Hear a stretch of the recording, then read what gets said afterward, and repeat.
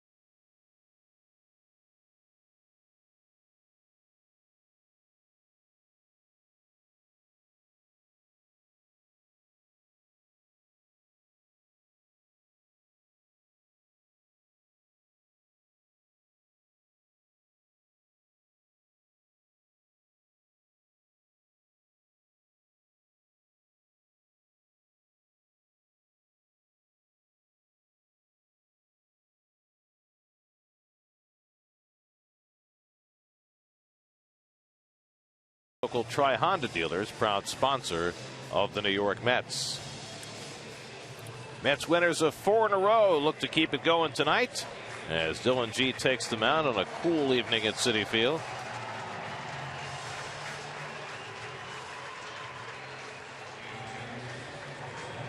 I love this close-up look at the pitcher as he takes them out. I do too. I love this field. The kids are out there coming to throw out the first pitch.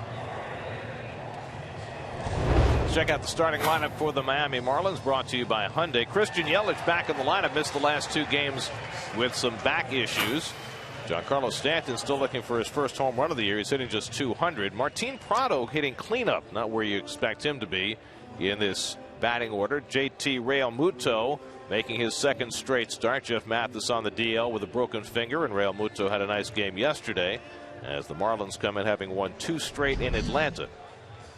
And we'll take a look at the Jeep New York Mets starting pitcher, Dylan G, looking to bounce back from a start where he sucked up the loss in Atlanta, gave up the home run to Freddie Freeman in the first inning, and then had that 5th inning where he couldn't get out of the, gave up 4 runs in that 5th inning.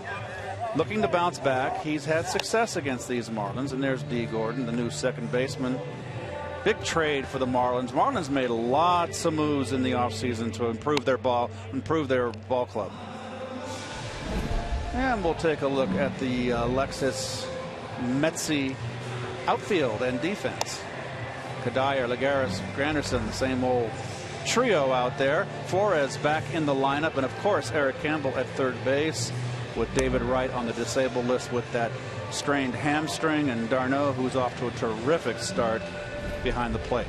You know, it's interesting. We went into the season talking about how the Mets needed a fast start from David Wright. He needed a bounce back season, and you know, David's on the sidelines right now, but right now we talked about Duda during the open, but d'Arnaud also. They've taken that next step forward in the first 10 games of the season. Well, it's been fun to watch too. I've always said it's one of the great things. This is our 10th year here, Gary, with the network, and we get to see the development of the players as they come up and become major leaguers, and it's just been great to see the Duda's growth this year. It looks like he's just going to be a cleanup hitter here for more than a few years. D. Gordon leads off for the Marlins. Gordon, one of the major acquisitions in the offseason for Miami. Came over from the Dodgers in a 6-player trade, and he's off to a very fast start, hitting a .378, 5th in the league. G's first pitch is outside, and we're underway at Citi Field. Well, he led the league last year in stolen bases with 64 and triples with 12 for the Dodgers, and got rewarded by getting traded. Tries to bunt his way on and fouls it off. Well, Gordon had the big first half last year for the Dodgers, made the All-Star team, but faded in the second half of the season, and I think that's going to be the proving ground for D. Gordon, whether with his slender body, whether he can hold up over a full season. And he does not walk. He's a guy who walked 31 times last year, played in 148 games, but he can run, he can make things happen at the top of the order.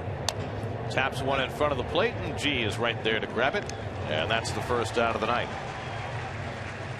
Well, the Marlins went from a payroll of $45 million last year to $69 million this year. They brought in Dan Herron, who's making $10 million a year, and Michael Morris, who got a 2-year, $16 million deal. Of course, they signed Giancarlo Stanton to that huge $325 million contract, so they're going for it. They brought in some big-time major league talent. There's their owner, Jeffrey Loria. When they first moved into their new ballpark, they tried to do the same thing. It didn't work. They blew it up, and 2 years later, they've tried to retool. Here's Yelich, who had a terrific first full year in the big leagues last year, hitting .284. I really feel there's Ichiro, right? Ichiro. He is their 4th outfielder here. A new role for Ichiro. Usually he's used to starting. Played the last 2 days with Yelich out of the lineup with back spasms, and Yelich fouls one down the left field side, and it's 1-2. And I think that Yelich is going to be, and I think he should be now, their 3rd hitter. The organization feels they don't want to rush him into the 3rd position. I say that he should go 3rd now. He can hit. Stanton should be the cleanup hitter. There's 2nd-year manager Mike, 3rd-year manager Mike Redmond. 2-2 now to Yelich. Well, then again, more and more organizations are putting their best hitter in the 2-hole. We've seen it more and more. I don't think this is their philosophy. There's the changeup right there, sinking away from G. For G, I think that they just don't want to rush this kid, but he's got a beautiful swing. 3-2 coming from G to Yelich, and he slashes one foul. Yelich, just 23 years old, part of this extremely talented young outfield for the Marlins, with Yelich, Stanton, and Marcell Ozuna, all 25 or younger. Yelich won a Gold Glove last year in left field at age 22. Marlins just got off to a horrific start. Just won their last 2 ball games. Well, they've had an odd beginning to their season. They got shut out a couple of times early. They've had trouble with their middle relief, just trying to get their footing right now. Well, they got the starting pitching hasn't been up to snuff. 3-2, fouled away again. Well, the Marlins, of course, are dealing with a starting pitching rotation that's very much in flux. Jose Fernandez on the shelf coming back from Tommy John surgery, and they lost their best starter other than Fernandez, Henderson Alvarez, for the time being. He's on the DL. That one slashed right over the bag, and an extra base hit for Yelich. Cut off at the sidewall by Kadire, and he'll hold him to a single. So Yelich has to settle for one base. Nice job by Michael Kadire going up against the sidewall to keep Yelich from getting to second. This is sweet hitting right here, right down the line. Boy, oh boy, you think you should get 2 here, don't you? I cannot believe he didn't get 2 out of this. Let's see, out of the box. Well, he's busting, but you got to push it a little bit there, I think. Lead off a ball game. So here's Stanton with 1 out and 1 on. Off to a slow start. Had a good day before yesterday in Atlanta, going 3 for 3 with 4 RBIs. There's the face guard he only uses now against right-hand pitching, which tells me that he does not like it. I think it's a distraction. There goes Yelich. The pitch outside. Darno's throw is not in time, and Yelich has his first stolen base of the year.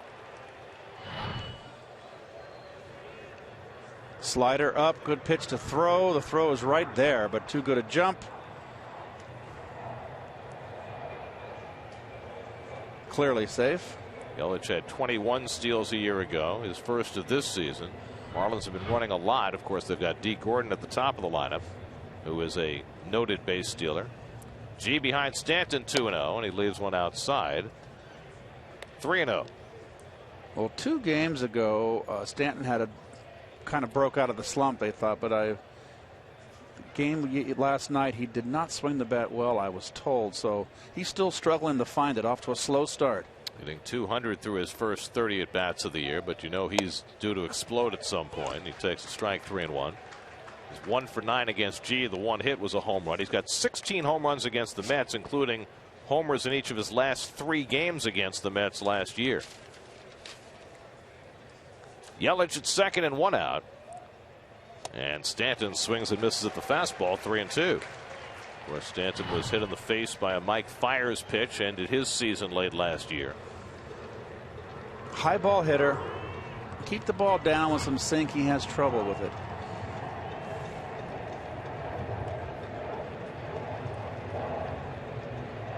Three-two coming from G.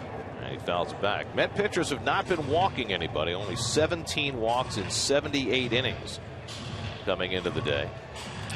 Well, last year, Clayton Kershaw beat out Stanton for the National League MVP. Unseated Andrew McCutchen, who finished 3rd in the voting last year. Stanton hammers one foul. Very rare that you see a pitcher win the most valuable player. You know, there's always the argument that today they only have 32 starts and 162 games. The argument is, how can someone who only performs in 32 games be an MVP candidate, let alone MVP? Well, you have to have a year like Kershaw yes. did. Stanton hits one deep to right center. Granderson back to the warning track, takes a look, and it's out of here. Giancarlo Stanton with his first home run of the year goes opposite field for a 2-run shot and gives the Marlins a 2-0 lead. Well, there's not a ballpark in the world that can hold this guy. And we're going to do a pitch sequence here, which is great. Slider for just missed, low and outside. High slider, 2-0. 3-0 on a changeup away. Fastball down the pipe, 3-0 taking. Sinker changeup, 3-2. Fastball away, fouled back. A little sinker down and in, fouled back. And then fastball belt high. Told you, he's a high ball hitter. Out over the plate. There you have it. Our team Prado fouls one back. So the second straight start that G has fallen behind early on a home run. Freddie Freeman took him deep in the 2nd inning on Saturday. And now Stanton homering for the 4th straight game against the Mets, but his first of this year. Got a bit of the silent treatment of the dugout before they celebrated with him. Took him his 31st at bat of the year to hit his first home run. 10th game. Prado joining the Marlins this year after playing last year for the Diamondbacks and the Yankees. And a bit peculiar, Gary, but Prado hitting in the cleanup role here in between Stanton and Morse.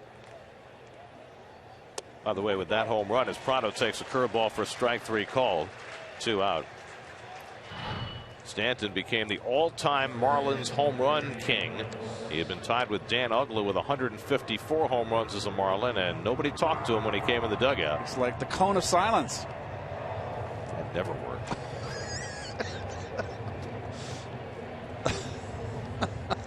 Ignore. Very funny. You guys are a load of laughs. Michael Morris takes a strike. And they ran this for a long time. Usually they react pretty fast. And finally, Marcell Ozuna gives him a bit of a congratulations. Well, there's the former Giant. Part of that World Championship Giant ball club last year. Got off to a real red hot start, Gary, if you recall. Remember, he had almost 40 RBIs in late May. 1-2 to Morris. Well, Stanton hits 2 irons for home runs. He's very level. That's what makes him a good high ball hitter, folks. Belt high and up. See, look at the follow through. It's not an uppercut. So when he connects right on the screws, it's a 2 iron out of here, and he's so doggone strong. He hits him out on they used to call it a frozen rope. That's what he hits. Morris got hurt down the stretch last year for the Giants, but contributed a huge home run in the LCS against the Cardinals, and then big hit in the World Series against the Royals. Coming off the bench, and he takes strike 3 called. Fastball on the outside corner. So G bounces back with back-to-back strikeouts after Stanton puts the Marlins in front. Mets down 2-0 as they come to bat.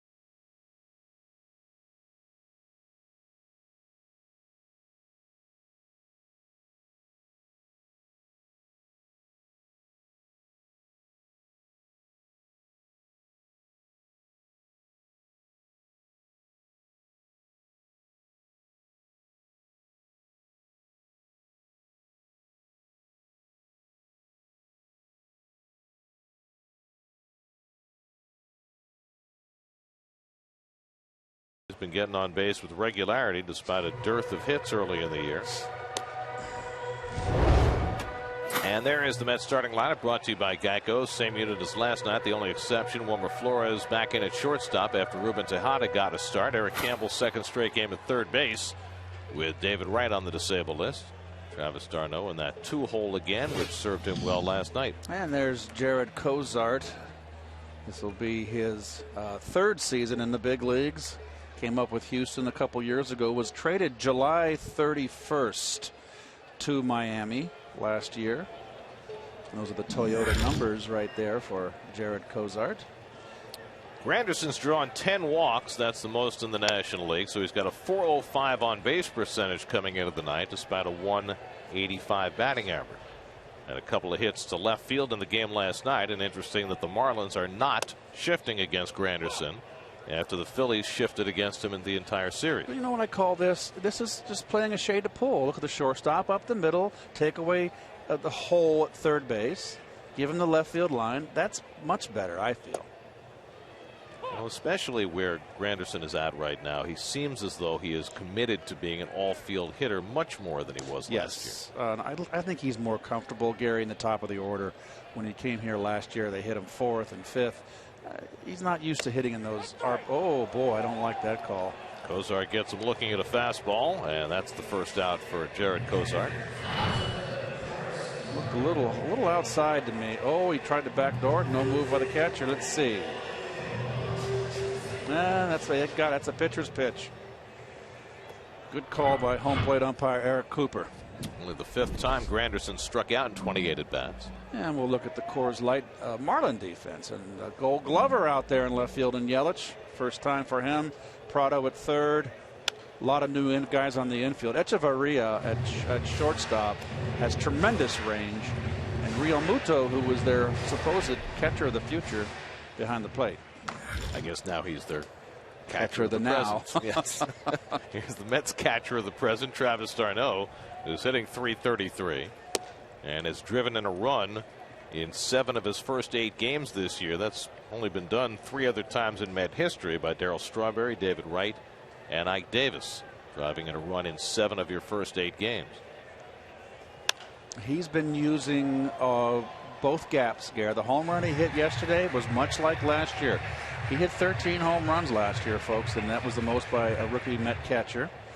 And the home runs that he hits line drives, tends to pull them, and they're always the hanging breaking ball. There's Kevin Long, new hitting coach for the Metsies. Hit that first home run last night, and he pokes the fastball foul. 96 from Kosart, who averaged 93.7 on his fastball in his first start against Tampa Bay. Kosart pitched very well in that game against the Rays. 6 innings, 1 run, 3 hits, but Marlins got shut out that night and lost 2-0. 1-2 to d'Arnaud with Duda on deck. And Travis takes strike 3 call. So back-to-back call third strikes. G had a couple of them to end the top of the first, and now Kosart with a pair to start the bottom of the first. This is paint. Little cutter, slices across the outside corner, knee high. Eric Cooper, beautiful pitch. Eric Cooper, your home plate umpire tonight. Well, they didn't shift against Granderson, but the Marlins will against Lucas Duda.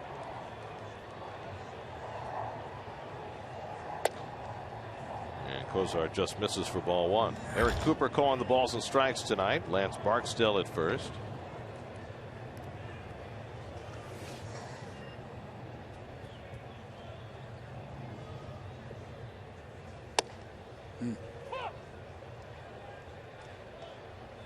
Gary Cederstrom is your crew chief. He's at second, and Sean Barber, the rookie umpire, is at third. And now they're going to switch the 2 infielders, move Prado to the right side and Echevarria to the left side. They had been in the opposite slots. That's odd. In the middle of an at-bat. To me, it looks like maybe they fell asleep and forgot their duties. Duda flies one down the left field line. A long run for the Gold Glover Yelich, and he gets there in time to make the catch, and the side retired. So the Mets are down 1-2-3 before Jared Kosart. After 1, Stanton's home run has the Marlins in front 2-0.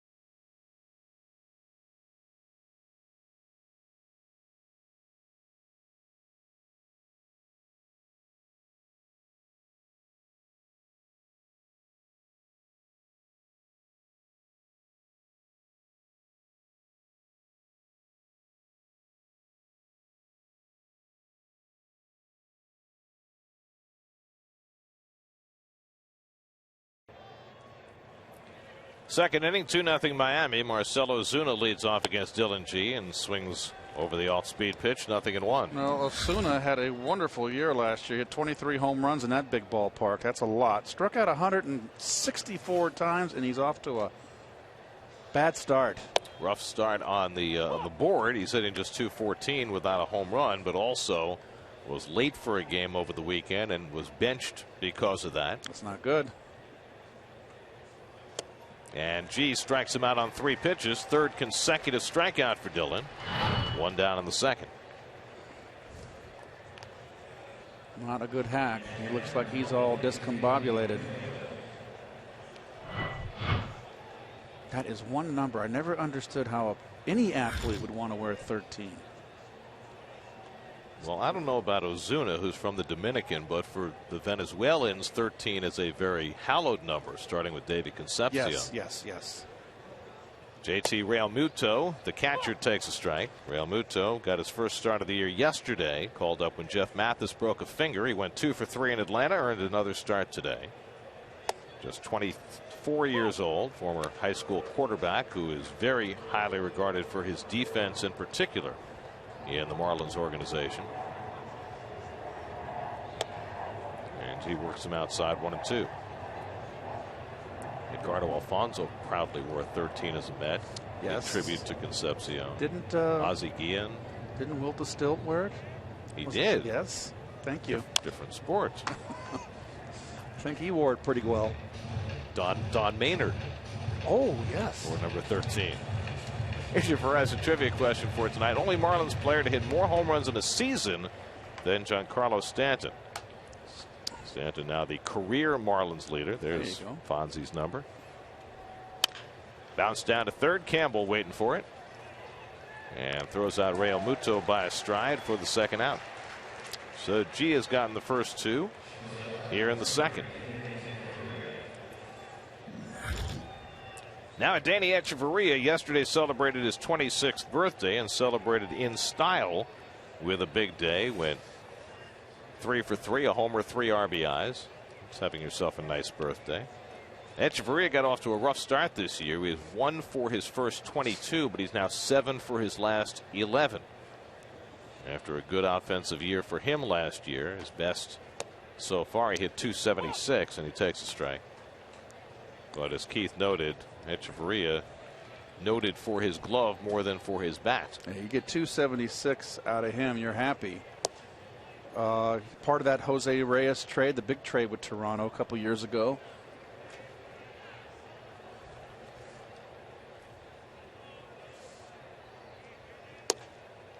Or statistician Dave Freed just pointed out, Keith, that the most famous number 13 in Miami history is Dan Marino. Dan the man.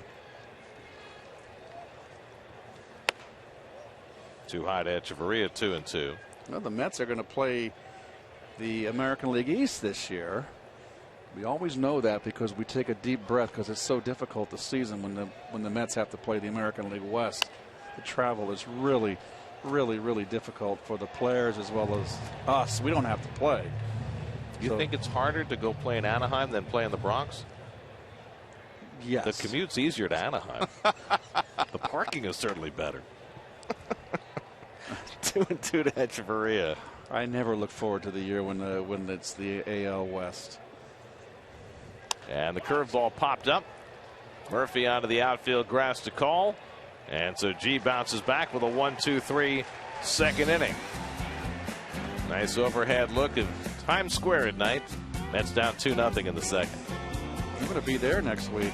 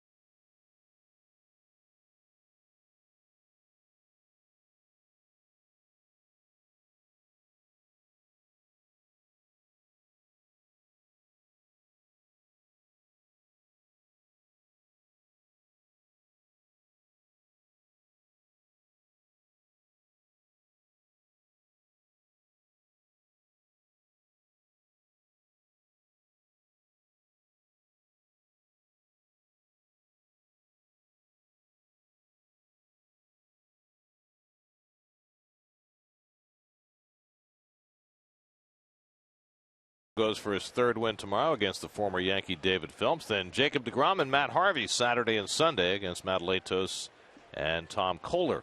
First series of the year between the Mets and Marlins. Michael Kadire leads off in the home second and takes a strike from Jared Kosart, who's been throwing all fastballs and pretty much all strikes. Fairly straight fastball, not horribly overpowering. Kadire had a good series against the Phillies, going 4 for 9 despite being hit on the hand by a pitch. He's got a nice little cutter.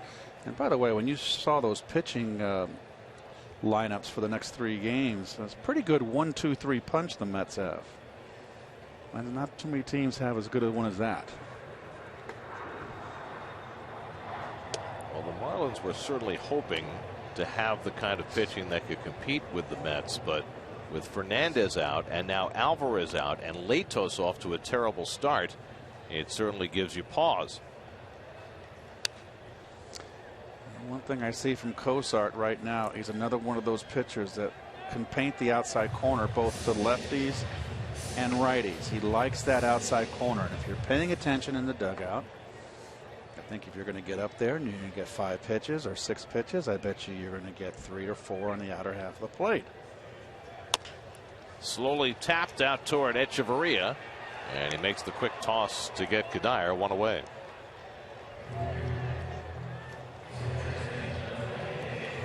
Well, much as the Mets held their breath waiting for Matt Harvey, the Marlins are doing that, waiting for Jose Fernandez. His numbers out of the gate phenomenal, very reminiscent of Harvey's through a similar number of starts. They expect him back at the second half of the season after they're hoping after the All-Star break. I mean, you never know, but they'd love for him to get back in June, but after the All-Star break, I think, is the cautious way of looking It's at it. a valuable merchandise. Murphy still trying to get untracked despite hitting his first home run of the year 2 nights ago. Kosart throwing all fastballs, a ball and a strike to Murphy. Well, it's just a matter of time before Murph gets untracked. Hit a bomb yesterday, line drive to right center field. Eric Campbell on deck. Yeah, I'm sorry. 2 days ago, he took an 0 for last night. Sorry. The games just run, up again, folks. It's a long season, so they play every day. 2-1 to Murphy, and that's a letter high strike. Murph didn't think so, but Eric Cooper has been calling a lot of strikes early in this game, and it's 2-2. Little up. Well, boy, oh boy, you really go by the rule book. It's letters. It's a strike. Yeah, but generally anything above the belt, you're not going to get that call. I always disagree with that. 2-2. And slapped toward the hole. Echeverria sliding on the backhand. The Ray Ordonez type play, but not in time. And Murphy beats it out for the Mets' first hit of the night. Well, Murph smelled this one. There's a beautiful backhand and just wasn't in a position to make a strong throw. Well, the Mets' Ray Ordonez patented that play, that slide into the hole. He, like Echeverria, is from Cuba. And I'm sure Echeverria must have watched some Ray Ordonez video learning how to make that play. I played with the very best in St. Louis, Ozzie Smith. And what Ozzie had that most no one else has had as good as him was his ability to get off the ground like a cat and make a strong throw.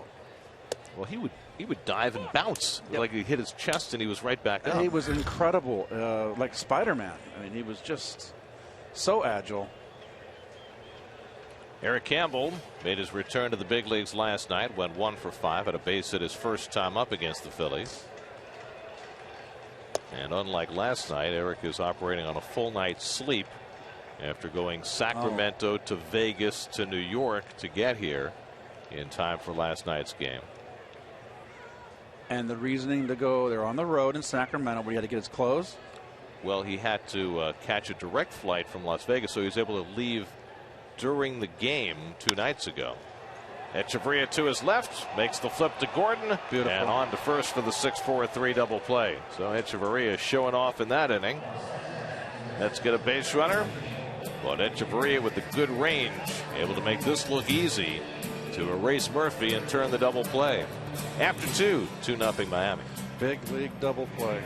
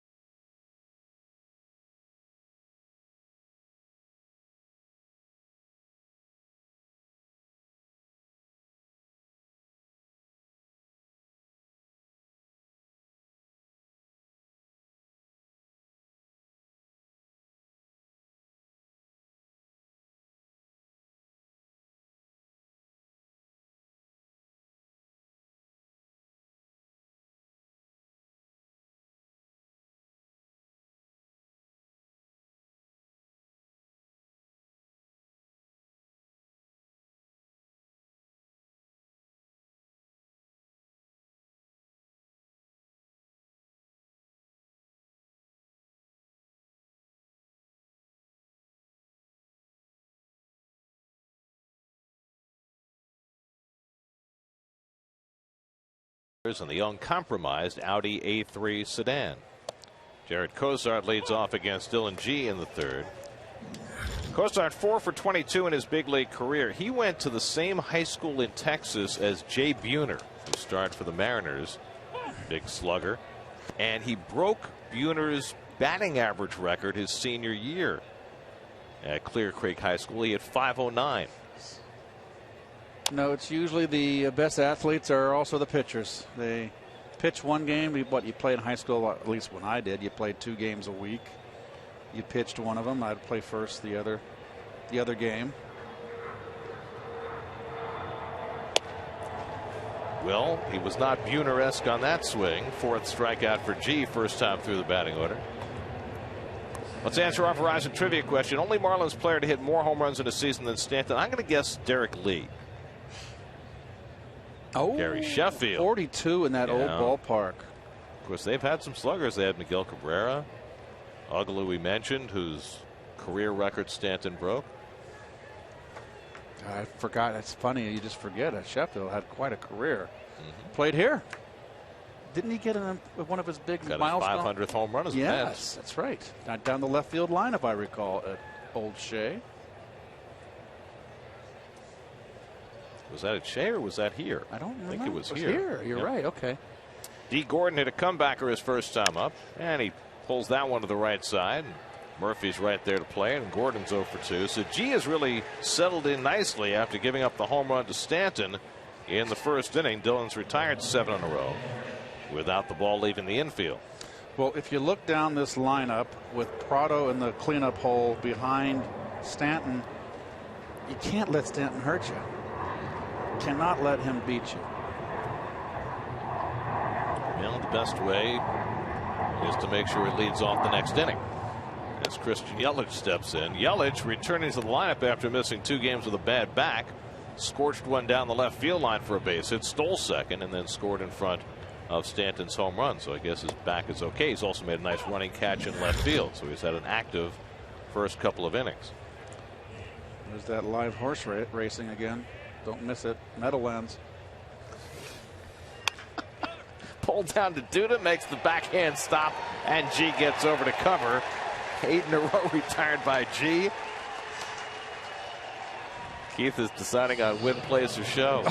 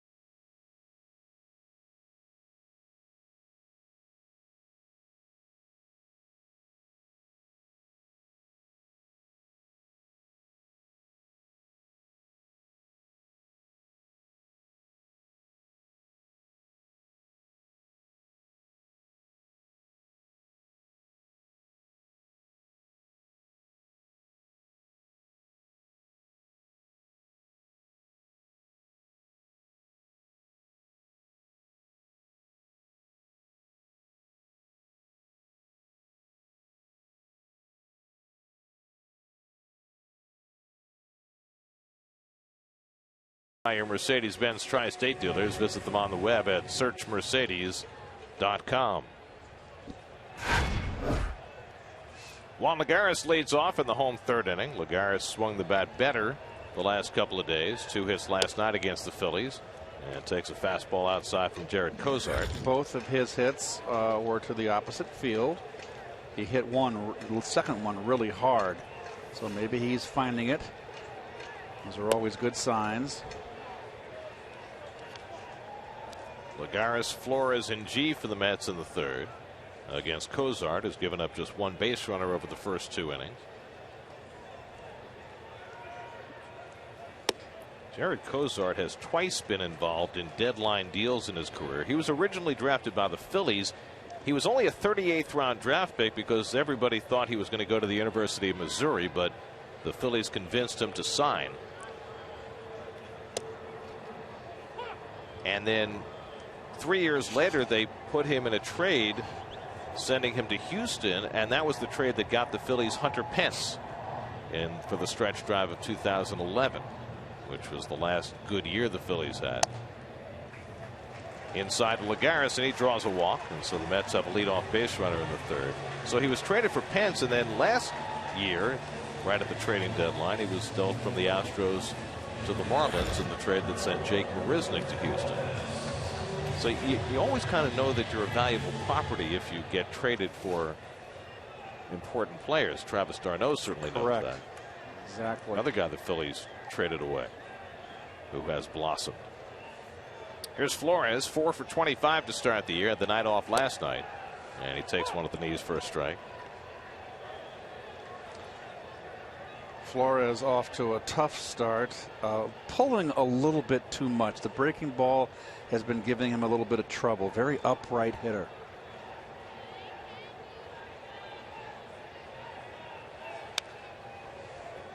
Good cut.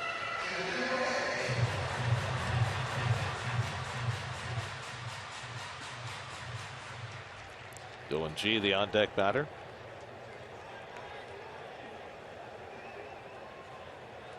Ruben Tejada played last night, got on base 3 times.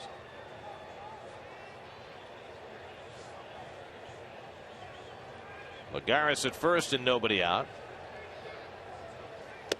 And Flores down on 3 pitches. Third strikeout for Kosart as he blows it by Wilmer. Wilmer has got to concentrate in batting practice. It's a little cutter up in the strike zone. Look how he's under.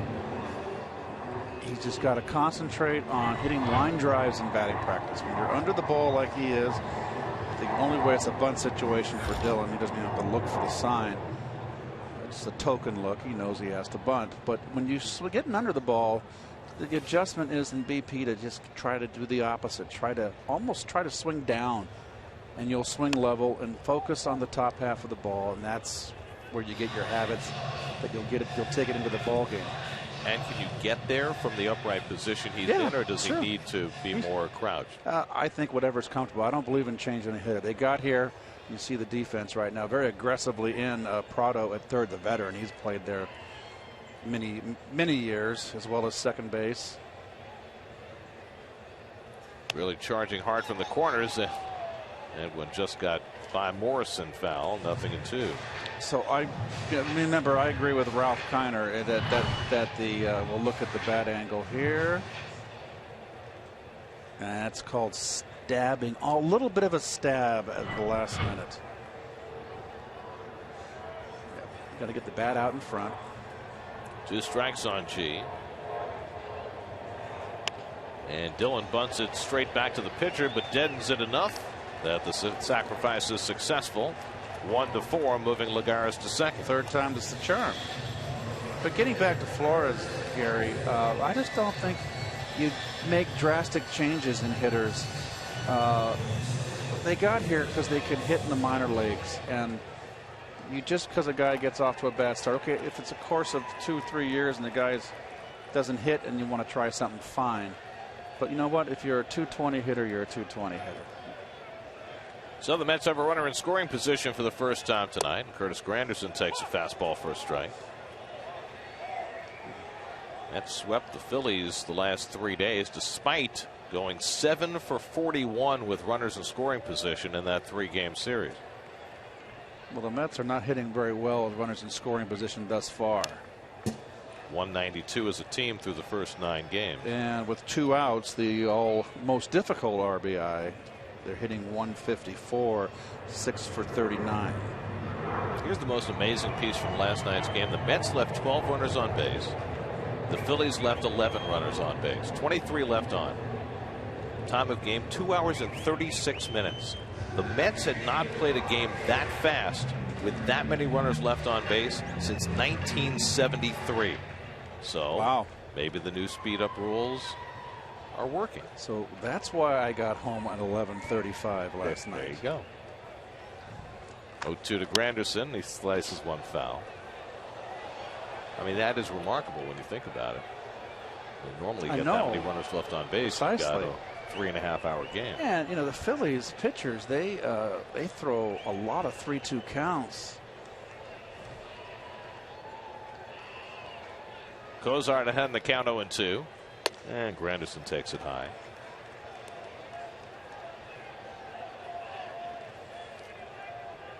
Kosart has the capacity to be wild. Last year, over 3.5 walks per 9 innings. Walked 3 batters in 6 innings in his first start against Tampa Bay this year. And this is outside with a rare changeup. 2-2. He's a little fidgety out there in the mound. Talking to himself a few times. I caught him. Just 24 years old. Or actually, I should say our cameras caught him. They were all working in concert. Another off-speed pitch at a full count to Granderson. It's a team effort. Yes, of course. Like that night, that bizarre game with Harvey. The different angles of the instant replays. They were very much in concert.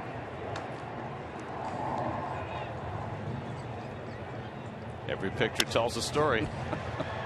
Gordon gets in front of the ground ball by Granderson, and that retires the side. A leadoff walk, but Lagares stranded.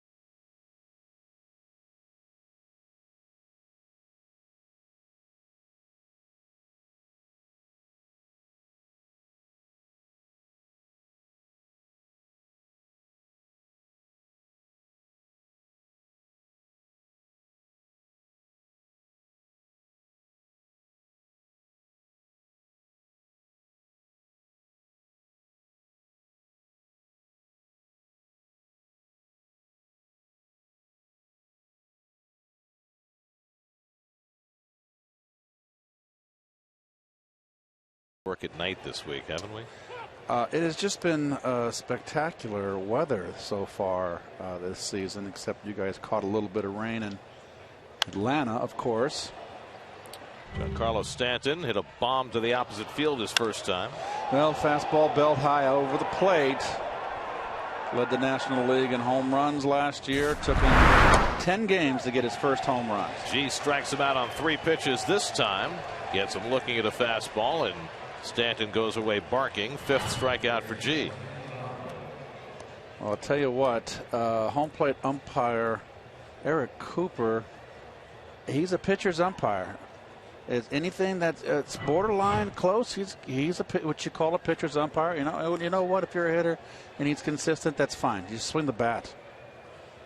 Here's Prado, who went down looking his first time up. G's got 5 strikeouts. 3 of the 5 have been on call third strikes. And the slider off the plate for ball 1. Prado, who has played all over the place during his career, exclusively a third baseman, at least for the moment, for the Marlins.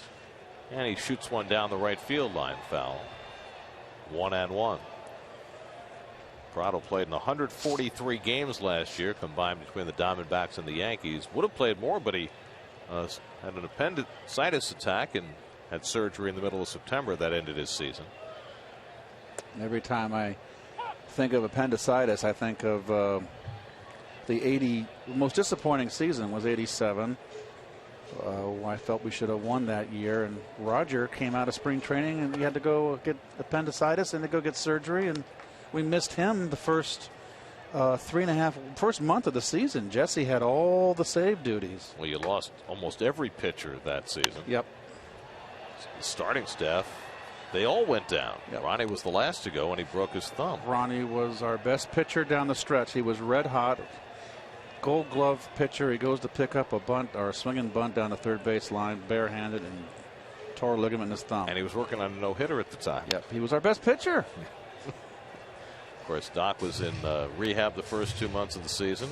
We lost to the Cardinals. Not by too many games. We were right down the wire with them.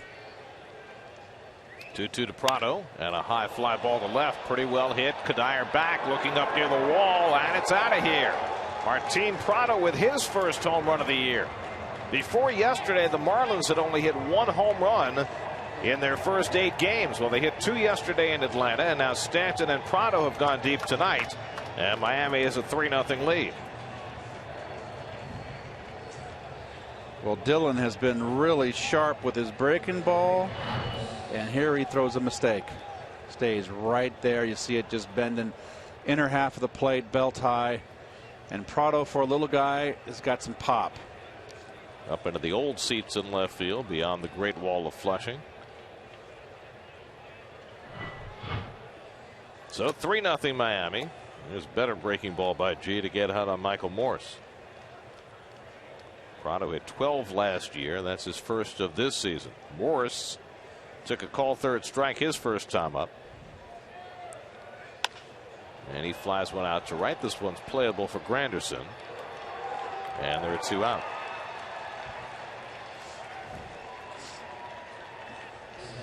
Well, G had retired 9 in a row between the 2 home runs. Stanton in the first and Prado here in the 4th. Now we'll take on Marcell Ozuna, who struck out his first time up.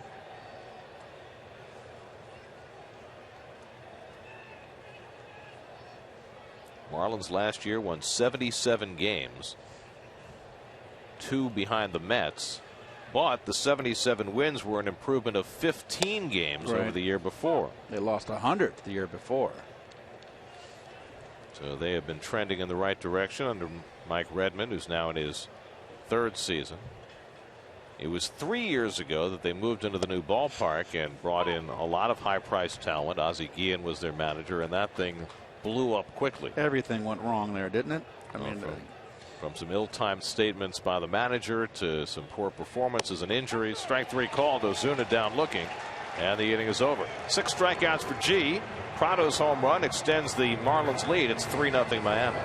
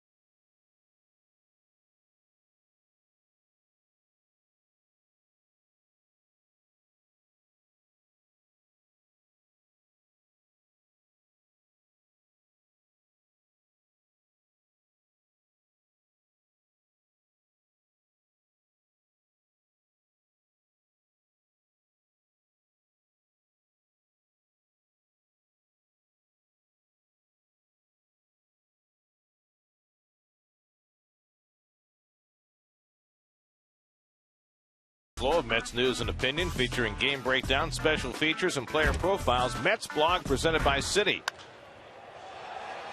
Travis d'Arnaud pops up the first pitch of the home fourth inning, and Realmuto staggers but makes the play for the first out. First baseman's ball. Too far up the line. You call him out. You're the center fielder. Tougher play for the catcher. No, Michael Morris has never been adept with the glove, so he let Realmuto take care of He it. didn't want any part of that. Nice play by the youngster. So 1 pitch and 1 out for Jared Kosart in the fourth. And now Lucas Duda, who flied to left his first time up. Duda 2 nights ago had 2 doubles. Last night a double and a home run against the Phillies. First time in Lucas's career that he's had back-to-back games with multiple extra base hits, and only the second met in the last 3 years. Believe it or not, Chris Young was the other one last season. By the way, Chris Young is off to a hot start with the Yankees after some nice work for them late last season on a team where not much else is going right now. Well, those 2 guys in the middle of the infield just switched again. So what? Echeverria and Prado. I'm going to try to figure that one out. It's like he gets a strike on him. I think it's all about him getting the strike one that they make the move. Last time they changed when he got the first strike called on him. Well, you would figure you would want Echeverria to be the lone guy on the left side. He's got the most range. And Duda flares one down the line. It's a fair ball. Rolling to the tarp. Duda's going to try for 2. Echeverria comes up with it. His throw is wide of the bag, and Duda's got a flare double. Now, not the way Lucas drew it up, but it worked for the Mets' first extra base hit of the night. Well, the big difference we talked about in the open is Lucas going up the middle. When you're out in front, you haven't got a chance to make contact. When you get jammed like that and you're as strong as he is, you can throw this little duck out there. And he's not really jammed. He was behind it, but because the ball had plate. But he's waiting, hitting the ball. He's letting the ball get deeper into the strike zone this year. So the Mets have their second hit. Now Kadire attacking the first pitch fastball, fouls it off. Kadire grounded to short his first time up. I'd like to see Kadire use a little bit of right field, right center field a little more. Look like scouts, huh?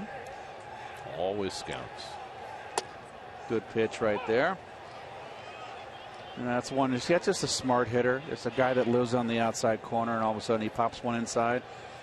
I mean, you've got to be sitting up the middle on this guy, and you just take it if it beats you. Now behind in the count 0-2.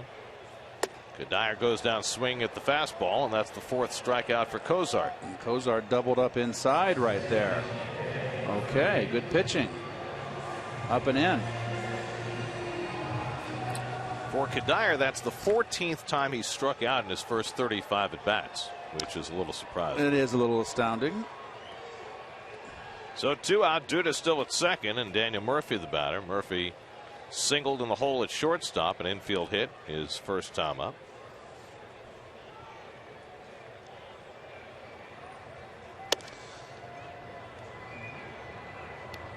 The Mets are coming off 2 games in a row with double digits in hits. 12 last night and 10, I believe 10 the night before. Ooh, Murph, a little peek. That can get you hurt.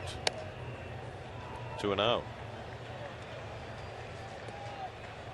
You don't think peeking is more tolerated today, do you? No. That's I've been known to do it myself on occasion. With a runner at second, if you're peeking, it's got to be for location, right? Not for pitch. Yes. 2-1 to Murphy. I always felt that a right-hander, I didn't have to peek. I can always cover the whole plate, I felt. So how do you peek and get away with it? How do you do that without you may think you are. Against a left-hander, I wanted to know location. but I just didn't do it. You get yourself killed. So I just would wait for late in the game. Maybe one pitch, just try to get lucky, get away with it. One guy you couldn't do it to was Dennis Martinez. He was, even the runner on second, and he would look the runner. You get in a stretch, and you look at second base, and you try to take a quick peek. Son of a gun had eyes in the back of his head. El Presidente. That's how you get to be El Presidente, by having eyes in the back of your head. It's like a Secret Service. Well, that's exactly right. You got to have somebody covering for you. Good cutter right there. Tough one to lay off. Certainly not the pitch Murphy wanted to be swinging at on 3-1. Now he's got a full count. Campbell the on deck batter. Duda at second and 2 out. Mets trying to scratch against Kosart here in the 4th. And Murphy stays alive.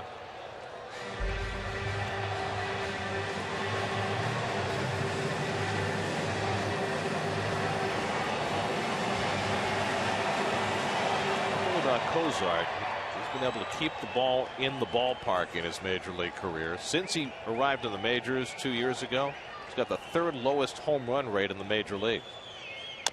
Little tapper, and Kosart off the mound to grab it, and that retires the side. So a double for Duda. He is stranded. 3-0 Marlins after 4.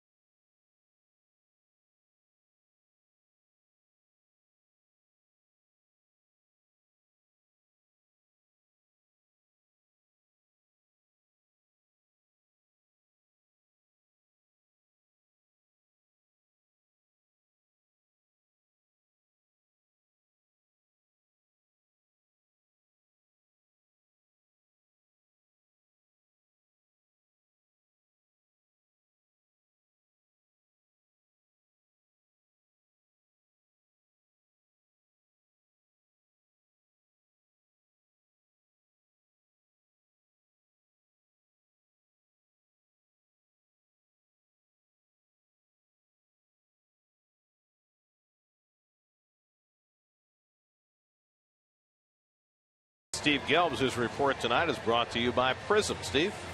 Well, Gary, we saw Michael Kadire strike out in the last inning. I was speaking with him about the adjustment he's making in the field, though, right now, from right field to left field. And he likened it to being a guy that learns to drive in America, and then all of a sudden you go to Europe and you're driving on the other side of the road. Not that you can't drive anymore. It's just a little bit different. You have to learn a couple of new things. And the one thing that he said he's really trying to work on is when a lefty comes up to bat and he hits it to the opposite field, it's very different in his mind than when a righty comes up to bat and hits it to the opposite field when he's in right field. He said those tend to come more on a straight line.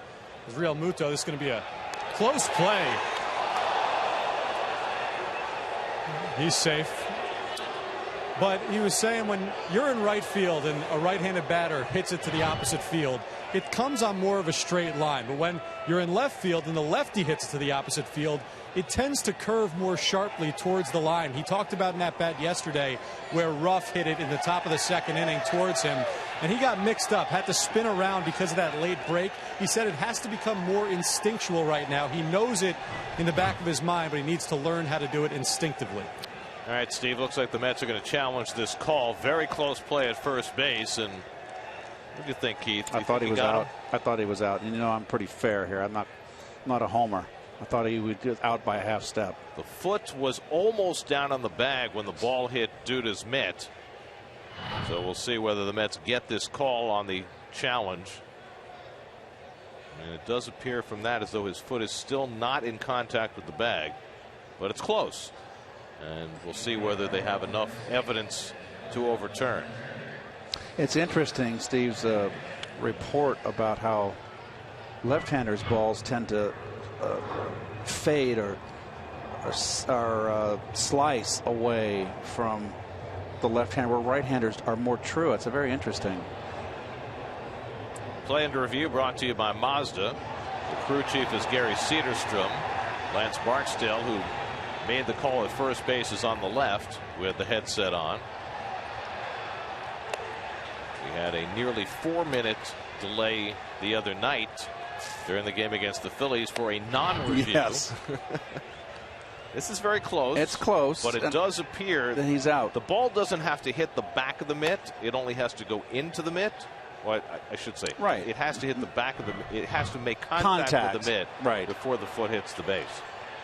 So. Because the other part of it is just completing the play. You're completing the catch. Right. You don't have to close the mitt. It just has to go into the back, into the mitt. There's the foot still hovering above the bag. It tell you what, it's a nice play by Murph. He's out. And they have overturned the call, so the Mets win the challenge. And they'll still have a challenge remaining. So Real Muto is retired on a fine play by Murphy. Yes, lost in all this. But the closeness of the play it's a beautiful play, barehanded play by Murph at second. 1:46 is the official review time. So they tighten things up. Here's Echeverria, who popped up his first time up. As he pushes a bunt down to Duda. Tough play. G gets over to cover in time. Nicely done by Duda and G to get Echeverria 2 down. Nicely done by G. Lucas with the nice feed, but G really just got a great jump on the bunt and really had to put the afterburners on to beat Echeverria. Of course, Echeverria slowed himself down by hitting the ground and sliding into first base. Never understand that. It's one thing if you're trying to avoid a tag or a collision, but that certainly wasn't the case there. Who was the one that did it for the Mets that used to drive you crazy? Oh, Roger Cedeno. Yes. For years. And Robbie Alomar as yes. well. Jared Kosart struck out his first time up.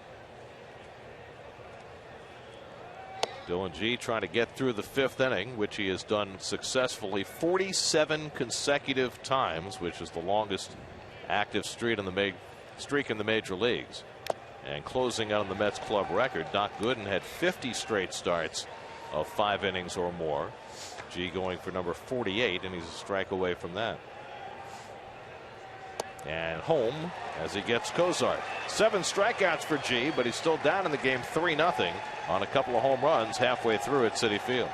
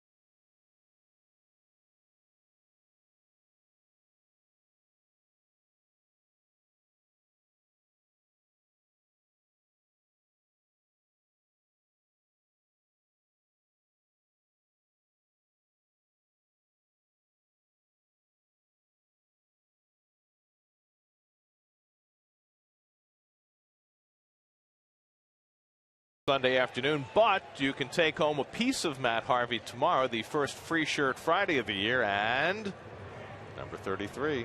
It's front and center. It's really, folks, it's very nice. In honor of the Dark Knight, number 33. That's tomorrow's free shirt Friday. Upstaging you there. Oh, it'll be the first time. Eric Campbell leading off for the Mets in the home fifth, trailing 3-0 against Jared Kosart. Dylan G due to bat fourth in the inning, so the Mets are going to get the bullpen cranking. Eric Goodell, the right-hander, Sean Gilmartin, the left-hander, neither one wearing number 42 tonight. Campbell grounded into a double play his first time up, and he lines one into left for a base hit. So Campbell is hit in both games since coming back from Las Vegas, and the Mets get the leadoff man on for the second time tonight against Kosart.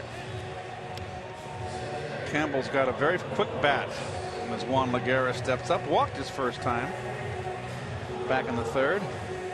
That's the only walk for Kosart tonight.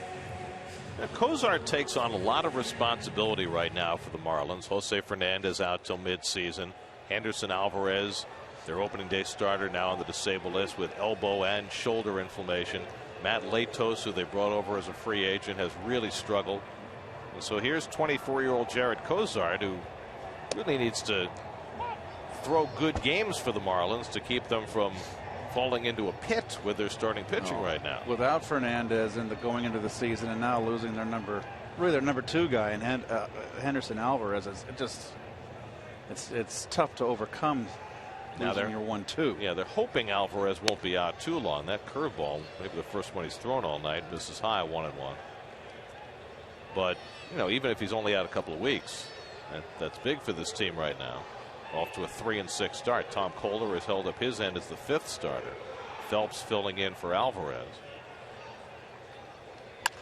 Line into center, and the Mets have back-to-back hits to start this fifth inning. So Lagares starting to get some results the last couple of days. There you go, Juan, right up the middle. Now we'll see if the Mets can get Flores going here. Flores struck out on 3 pitches his first time up. Nobody's come out on deck as yet for the Mets, but Kirk Neuenhuis has the helmet on, as does Dylan G. So I don't know, if you have first and second and 1 out, would you let G bat and bunt, or would you bat Neuenhuis in that spot? I'd keep G in the game, let him bunt, and hope for a base hit from Granderson. First, let's see what Flores can accomplish as he fouls back the first pitch fastball. He's just under the ball, Flores, right now. Another foul ball straight back. He's right on it. He's just got to focus on the top half. Campbell at second, Lagares at first. Flores the tying run at the plate in a 3-0 game.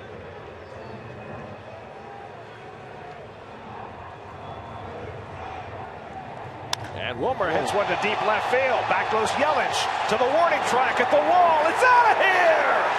Wilmer Flores ties the game with a 3-run homer. First home run, first RBIs of the season for Flores, and just like that, the Mets get even at 3.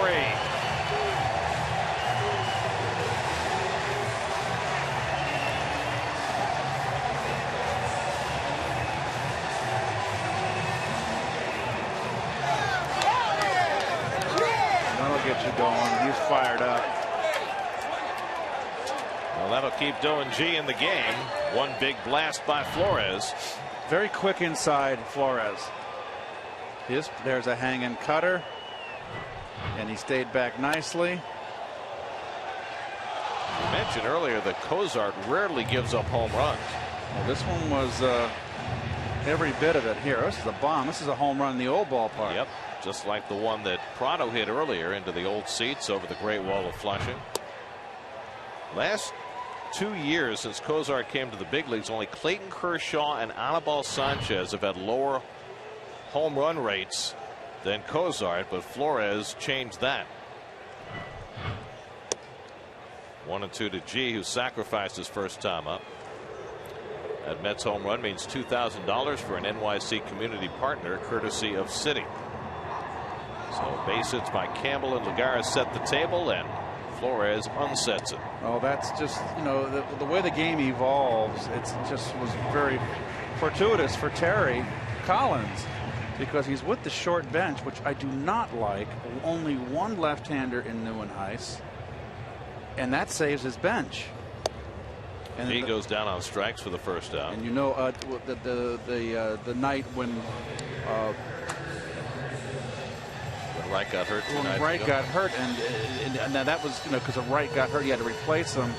He ran out of bench that night. But even earlier than I remember, they had the lefty in the game, no righty warming up in the bullpen, Nieuwenhuis up, and he couldn't use Mayberry because he had to save him. It was the 6th inning, at the bases loaded. So that kind of stuff is going to happen when you have a short bench. Here's Granderson, is 0 for 2, and it skips in for ball 1. Curtis has taken a call, 3rd strike, and grounded out. So it's been home runs tonight, a couple of them for the Marlins, and the 3-run shot for Flores accounting for all the scoring.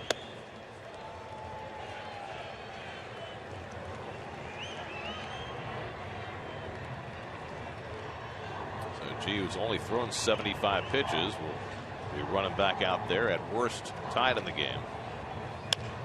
Granderson hits one to shallow center. Ozuna coming on, and he gets there for the 2nd out. Boy, you're pitching with a 3-run lead. You give up 2 base hits. You know, the last thing you want to do is give up a 3-run tater. And if you can get out of it with 1 run, didn't happen.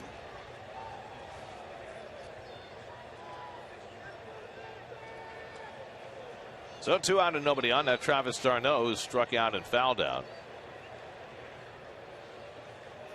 Flores' last 3-run homer also came against the Marlins last September against Brad Penny. He's had a habit of hitting them with men on base. Hit that grand slam last year against the Phillies. 0-2 to d'Arnaud. d'Arnaud's got to learn to leave that high fastball alone, particularly up and in, and that comes with experience. Tends to chase that little high rider.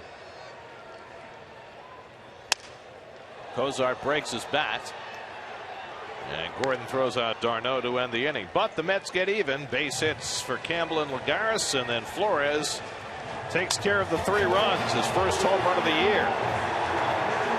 Mets and Marlins tied 3-3 after 5. That gets him cheering.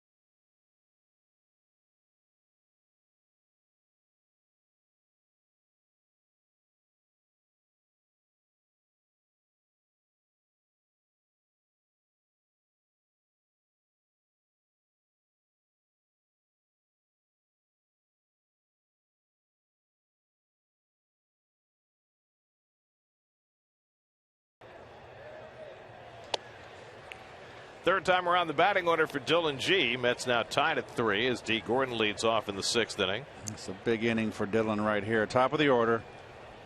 Well, it has certainly been the case in the past with G that the 6th inning has been a problem for him. Meanwhile, Jared Kosart unhappy after giving up that home run to Flores, being consoled by his pitching coach Chuck Hernandez. It's just his most important coach. I've always said there was a bunt attempt there again by Gordon.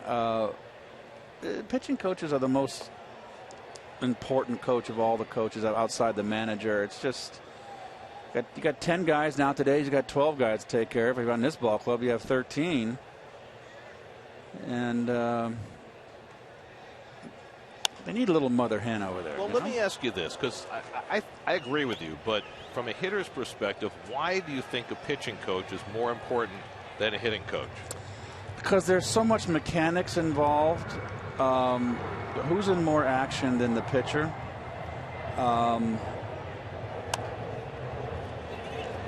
It's a tough play here. Darno not in time against the speed of Gordon. Wow, I wish I'd have had that speed. Well, that's how you steal 64 bases, as Gordon did last year. Nice play by Darno, barehanded, all they can do. Lucas giving him the good target inside. Lucas might need in the future. You give him that target, you got time to maybe stretch, step towards home plate to shorten the distance of the ball. So a leadoff base runner for the Marlins, and now the Mets have to concern themselves with the running game. Gordon, as mentioned, stole 64 last year to lead the National League. He's already got 6 this year, second behind Billy Hamilton. Yelich at the plate, 1 for 2, and G will keep a close eye on Gordon. There are your stolen base leaders from last year, presented by DraftKings. Play daily fantasy baseball for free on DraftKings.com. Enter promo code NYM for free entry.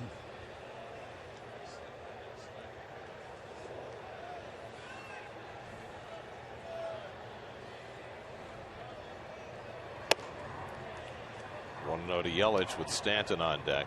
So we were talking about hitting coaches versus pitching coaches, and yes, pitching's mechanical, but so is hitting. So why are pitching coaches more important? I just think, to me, pitching, even hitting's an art, but to me, there goes Gordon. Darno's throw, a good one, and he got him. Travis Darno guns down D. Gordon. There's a huge out. Well, Darno had trouble throwing last year, had the bum elbow. Flores makes the tag, and he certainly is out. The ball kind of bled into the right field line, but he's clearly out.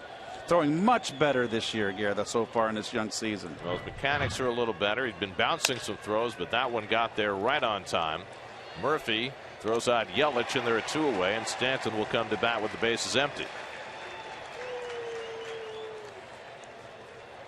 Well, we talked about G and his 6th inning issues.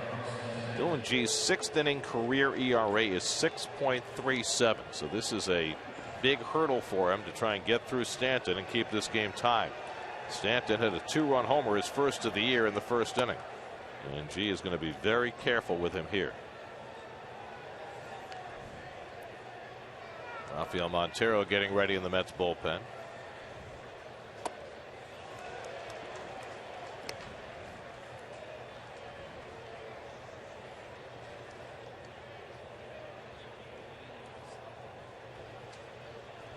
Ball and a strike to Stanton, and he misses with the breaking ball. 2-1.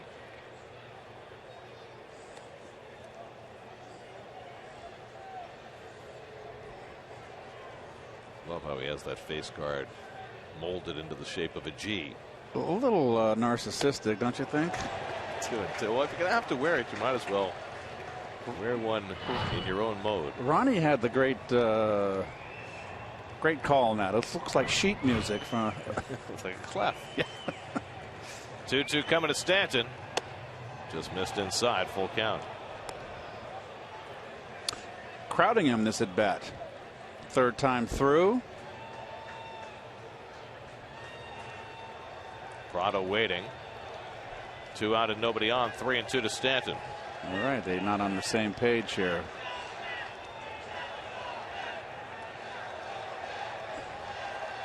Breaking ball. Did he go? No. Ball 4. Good eye right there. Good at bat by Mr. Stanton.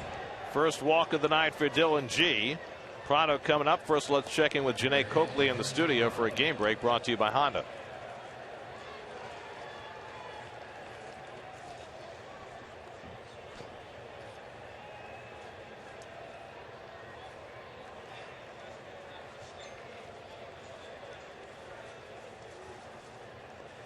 Martin Prado steps in against Dylan G. Prado hit a long home run to left field his last time up, his first of the year.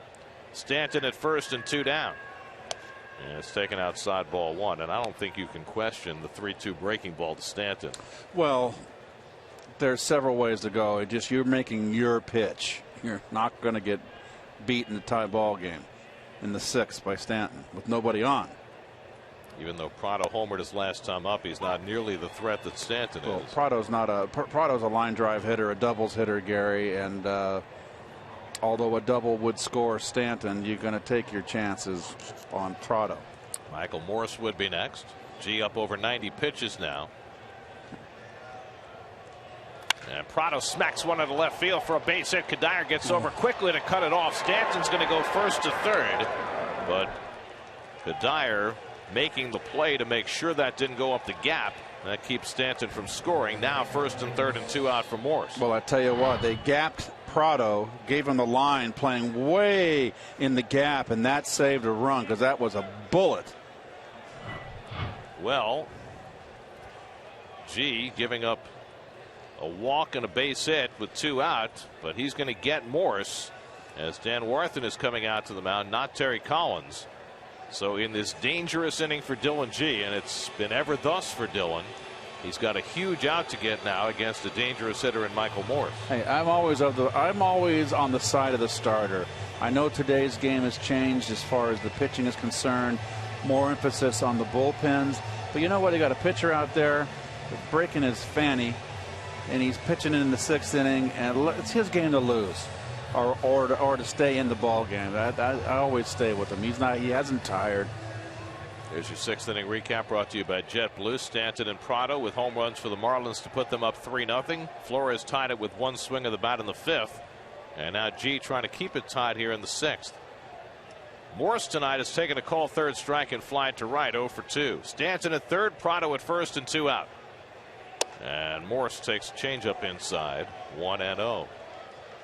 I guess the other way to look at it is you have your best 3 starters going the next 3 days, Cologne, DeGrom, and Harvey. Maybe this is the day you go to the bullpen a little early. We'll see how it works out for G. Comes inside to Morris, and it's 2-0. I'm always, like I said, I feel I'm being a little repetitive here. I'm sympathetic with the starter. He's out there busting his tail. I'm going to stay with him as long as I can. If I feel he's still got something in the tank, I'd stay with him. G behind 2-0. And it's away 3-0 with Ozuna on deck. All the hits for the Marlins have come from the top 4 hitters in the order. 5 through 9, starting with Morris, have gone 0 for 10 so far. But G behind on Morris 3-0. There's a strike. Morris is a very big, strong guy. Very mechanical hitter. He's not fluid and smooth. He's just a muscle hitter. Good pitch right there. 3-1. Good sinking change. Look at the sink. Gets under the bat. He's got that working good tonight. Dylan. Prado will be running with 3-2 and 2 out, and Duda calls time so he can let G know. So G was not looking in his direction. Wanted to make sure Dylan knew he was playing behind the runner.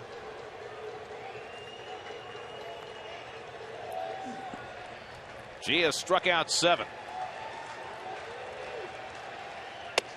And he walks Morris to fill the bases. And that's going to be all for Dylan G. So he got one more batter, but he walks his second man of the inning. And now Rafael Montero will come in with the bases loaded to face Marcell Ozuna to try to keep this game tied. So the 6th inning, one that Dylan cannot hurdle tonight. Call to the bullpen brought to you by Verizon. We'll be right back to Citi Field.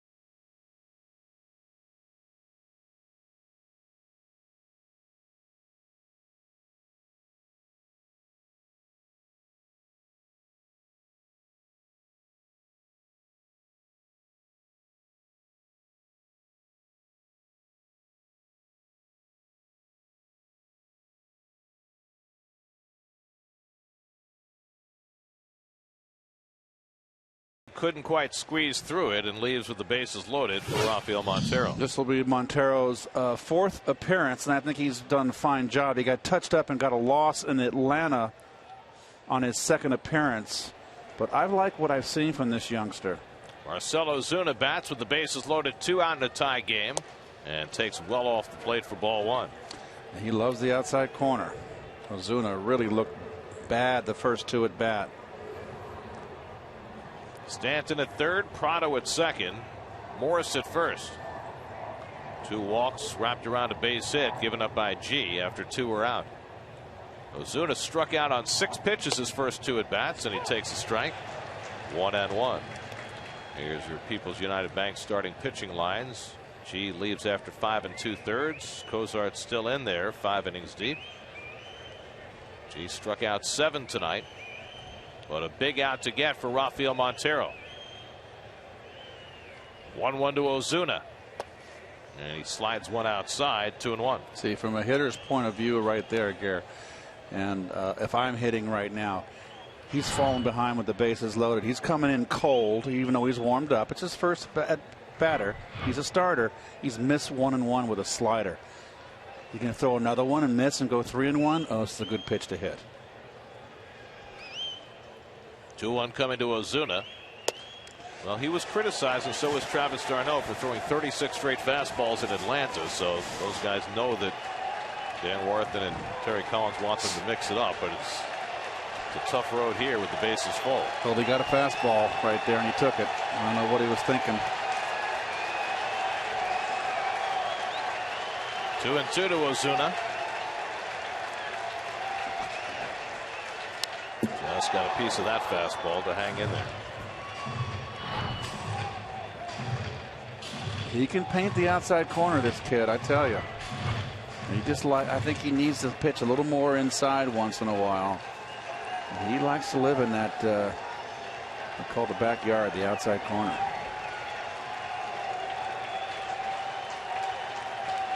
Coming in. Again, the 2-2. Popped up foul. That'll come back out of play. Got it on his hands that time. Well, the Mets bullpen, without a lot of key pieces, has still been able to thrive early in the season. That's last year's numbers. They did a great job stranding inherited runners even when things were not going so well. But they've been very solid so far in 2015. Bullpen ERA of 2.6. 2-2 to Ozuna.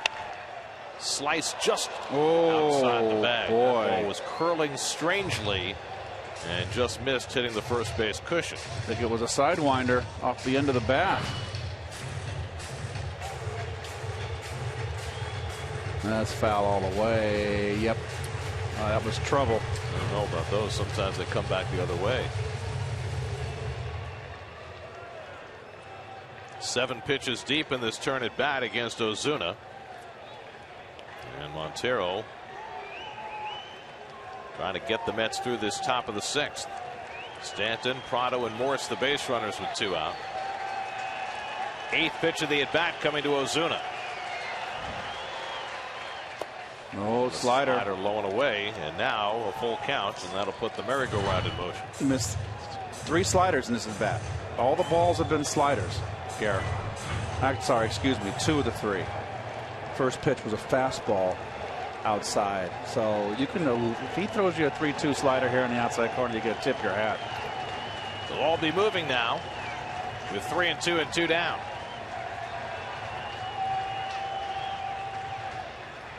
Inside, ball 4, and it forces in the go-ahead run. So Montero loses Ozuna to a walk. Stanton comes in to score, and it's 4-3 Miami.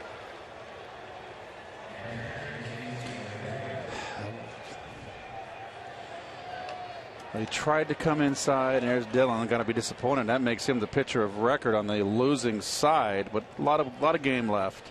3rd walk of the inning for Met pitchers who have been walking virtually nobody. Only 17 walks in the first 9 games, but now 3 in the course of 4 batters. Now it's JT Realmuto with the bases loaded and 2 out. The rookie catcher takes outside a fastball, ball 1. Realmuto hit a slow ground ball to second. Murphy threw him out by an eyelash at first. He was first ruled safe. Mets challenged and got the call overturned. Prado now at third, Morris at second, and Ozuna at first. 4-3 Miami in the sixth. And Realmuto takes a fastball for a strike. All this started with 2 out and nobody on. He pitched carefully to Stanton, threw him a 3-2 breaking ball and walked him. Prado got a base hit. Kadire did well to keep Stanton from scoring, but then Morris walked and Montero came in and walked Ozuna. Just off the plate to Realmuto, 2-1.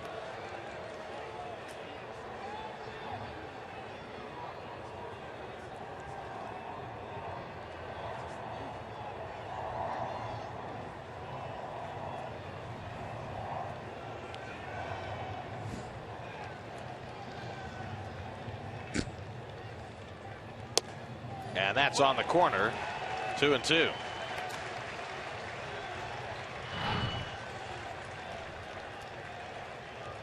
Oh boy, I tell you, that's a pitcher's umpire. Been that way most of the night for Eric Cooper.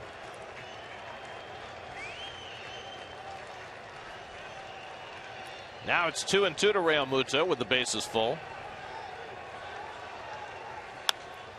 And fouls back the fastball. Realmuto just 13 games deep into his big league career, 11 of those last year with the Marlins. He has yet to throw his changeup, Gary. Now he's thrown a slider, and he hasn't gotten it over. He's been missed badly with it, but his signature pitch is his changeup. How comfortable is he, though? Well, the bases loaded. With the bases loaded. I understand. Yes, yeah. Tough spot for a young guy. 2-2. Fly ball right field. Granderson back. Warning track. Has it right before the wall. Granderson makes a big catch. That's 3 runs if he doesn't grab it. But Curtis reels it in right before hitting that blue padded fence. There's a big play by Curtis Granderson. Ooh. And it just stayed in the webbing. Cradled that like an egg. Marlins get 1. 4-3 Miami in the sixth.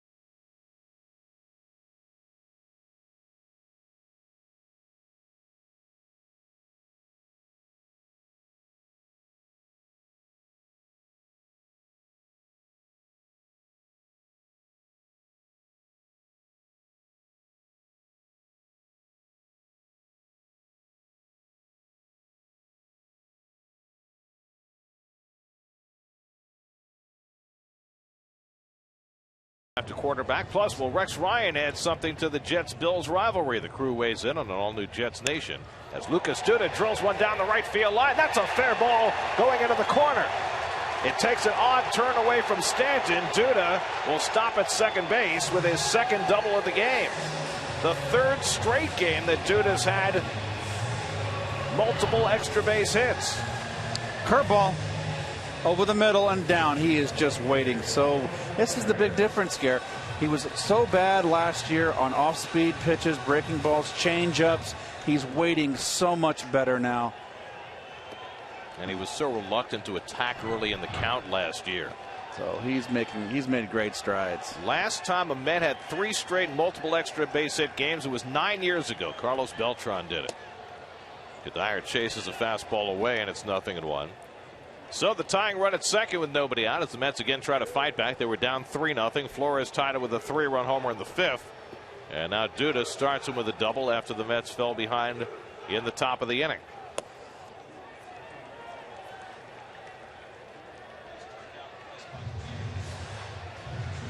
Lots of pine tar on the bat of Cuddyer, if you notice. Very thick. Maybe we'll get another chance to look at it. Trying to take that ball the other way to advance Duda. Cuddyer's having a little bit of problem with the ball away right now. Let me take a look at the pine tar here. I always loved the pine tar. Weren't allowed in my day to have it above the on the label. Remember that, Gare? Well, that was the George Brett play with Tim McClellan, where he was called out for having the pine tar too high up on the bat, only to have that overturned. That was so silly because you don't want to hit the ball on the label. That's not where the meat of the bat is. If you're going to cork your bat, you're going to cork it up there where the meat is. Well, it doesn't help you to hit the ball off the pine tar, right? It's just silly. Duda at second and nobody out. 2-2 to Cuddyer, and it's upstairs and a full count. Kosart has walked only 1, struck out 5, allowed 3 runs and 6 hits. Gave up the 3-run homer in the last inning, but survived to go back to the mound here in the 6th. Still at a reasonable pitch count. And the breaking ball hit up the middle. Base hit. Duda around third. He's being waved home. Ozuna's got a strong arm, but he airmails one to the backstop, and down to second base goes Cuddyer. The Mets have tied it again. It's 4-4. Michael Cuddyer with an RBI single, bringing home Duda to tie the game. Just a terrific at bat for Cuddyer. Going up the middle as a backup slider, and he just went right through it up the middle, and just not a horrible throw from Ozuna. Airmails it, and watch. Someone has a great arm here, but he overthrows the cutoff man, and very alertly Cuddyer didn't even hesitate. Plays in front of him. He's on second base. Good job by Kosart to back up the plate. Otherwise, Cuddyer might have ended up at third. Murphy puts one in play. That'll advance the runner. Gordon throws out Murphy, but Cuddyer goes over to third with the go-ahead run. So a chance for Eric Campbell to give the Mets their first lead of the game, with a runner at third and 1 out. That's twice in this homestand now that Murph has had what you call a productive out. I mean, as a hitter, you want to drive that run in. And now here comes Mr. Redmond. I believe that's going to be it for Kosart. But, you know, the second best is at least you advance the runner. So Kosart, who got himself a reprieve when the Marlins took the lead in the top of the inning, gives it right back. We're all tied up as the Marlins go to the bullpen. This pitching change brought to you by Empire City. 4-4 in the 6th. We'll be right back.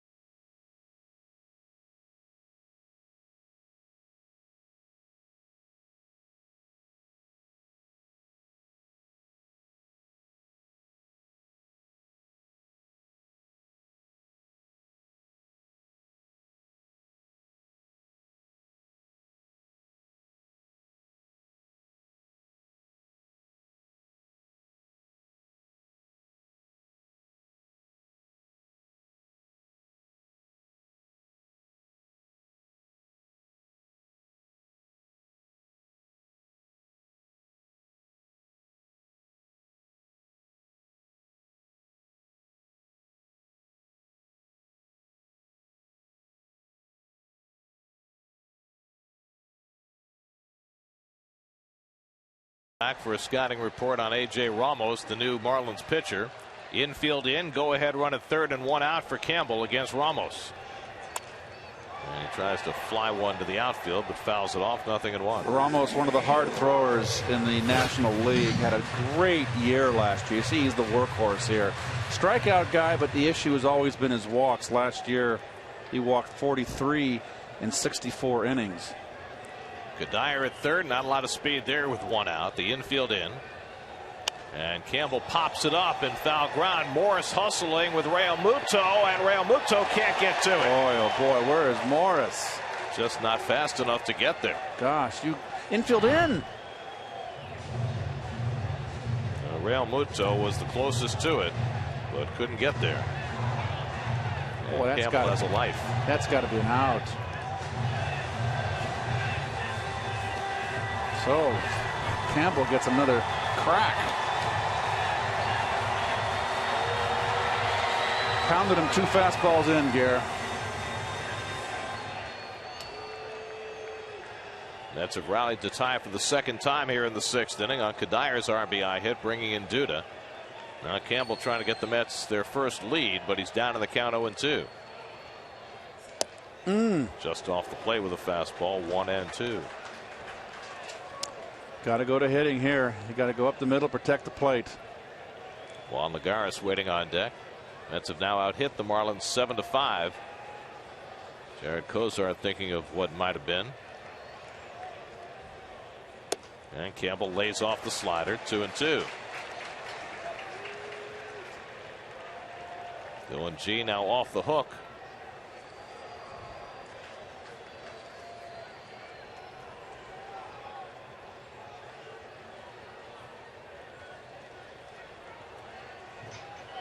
Ramos with a 2-2, and Campbell takes low and in, ball 3. Keith is talking about Ramos and his tendency to walk people. But Hernandez, the Marlins pitching coach, has seen plenty of that. You get ahead 0-2, and now it's 3-2. This Marlins pitching staff is last in the National League at striking people out, but Ramos is a guy who goes for strikeouts. He needs one here. Campbell fouls one off the right side. Morris is going to get over there, but it's in the crowd. Gordon went sliding into the sidewall there. Fought off a slider there, 3-2. Well, Gordon knew that Morris was struggling with the foul balls. He flew over there, sliding into that sidewall. What's the guy in the Rangers jersey doing here? Well, shouldn't he be elsewhere tonight? You can't be 2 places at once. How are they doing tonight? It's still 2-1. Okay. Tough turn at bat here for Campbell. And he dribbles one foul, comes up and bites him. And it's still 3-2. That was a changeup. Let me tell you, Campbell has fought off a 3-2 slider, stayed in the at bat. Now a changeup and stays in the at bat. So 2 tough pitches. Tough out. This will be the 8th pitch of the at bat from Ramos to Campbell. And Eric hits it in the air to left field. That should be deep enough. Yelich is under it. Kadire tagging at third. Here comes Kadire. Yelich is thrown not nearly in time, and the Mets have their first lead of the night.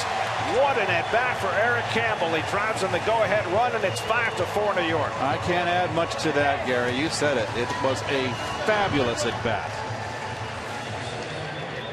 Fell behind 0-2. Got it to 3-2. Fouled off a couple tough pitches. Bravo, as they would say on Broadway. So Campbell, who was tearing it up at Las Vegas before being brought up. A hit last night, a hit tonight, now his first RBI, and the Mets lead 5-4. So all those runs, that closes the book on Kosart, and those are all his runs. Kosart had a 3-0 lead and a 4-3 lead, but he's now pitcher of record on the short side.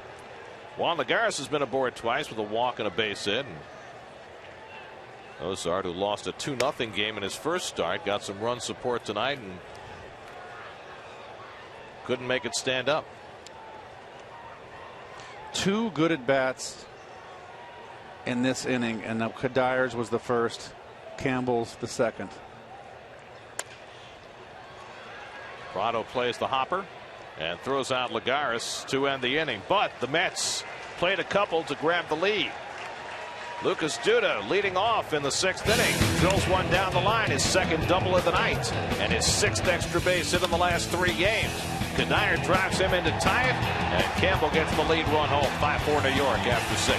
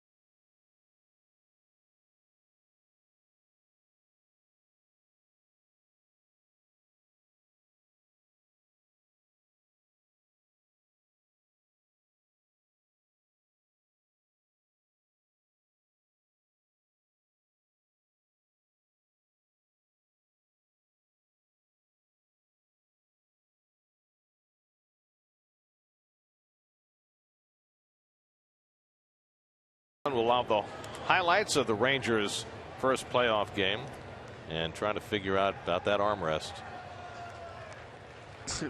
Chris is very bizarre. Funny is the word. Danny Echeverria leading off in the 7th. Mets will keep the bullpen hot. Jerry Blevins the left-hander, Buddy Carlisle the right-hander, Sam Dyson up in the Marlins bullpen with Ichiro Suzuki on deck to bat for the pitcher. Echeverria badly fooled, fouls it away, and it's 0-2. Echeverria tried to bunt his last time up and pushed one to the right side. Duda and G made a nice connection to throw him out. Here's Ichiro on deck.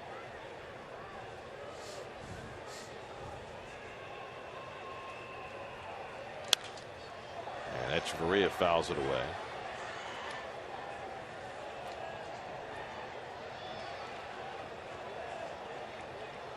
Montero came in the 6th with the bases loaded, walked Ozuna to give up the lead run, and then gave up a long fly ball to Real Muto that Granderson was able to track down. Now gets to start fresh here in the 7th. Check swing. Did he go? He did not. 1-2 to Echeverria. Dylan G went 5 2/3, allowed 4 runs, 5 hits, 2 walks, 7 strikeouts, 2 home runs, and no decision for G tonight.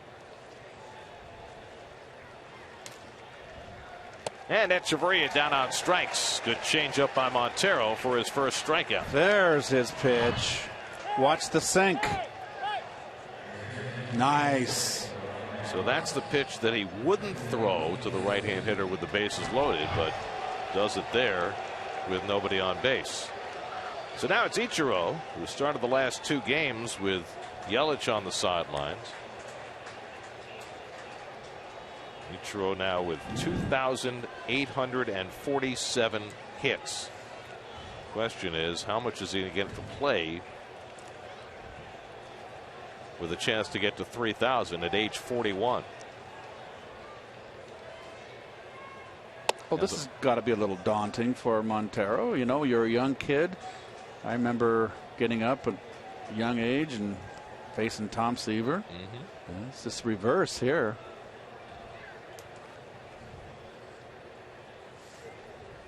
And Ichiro thinks about a bunt with Campbell playing back and takes a strike.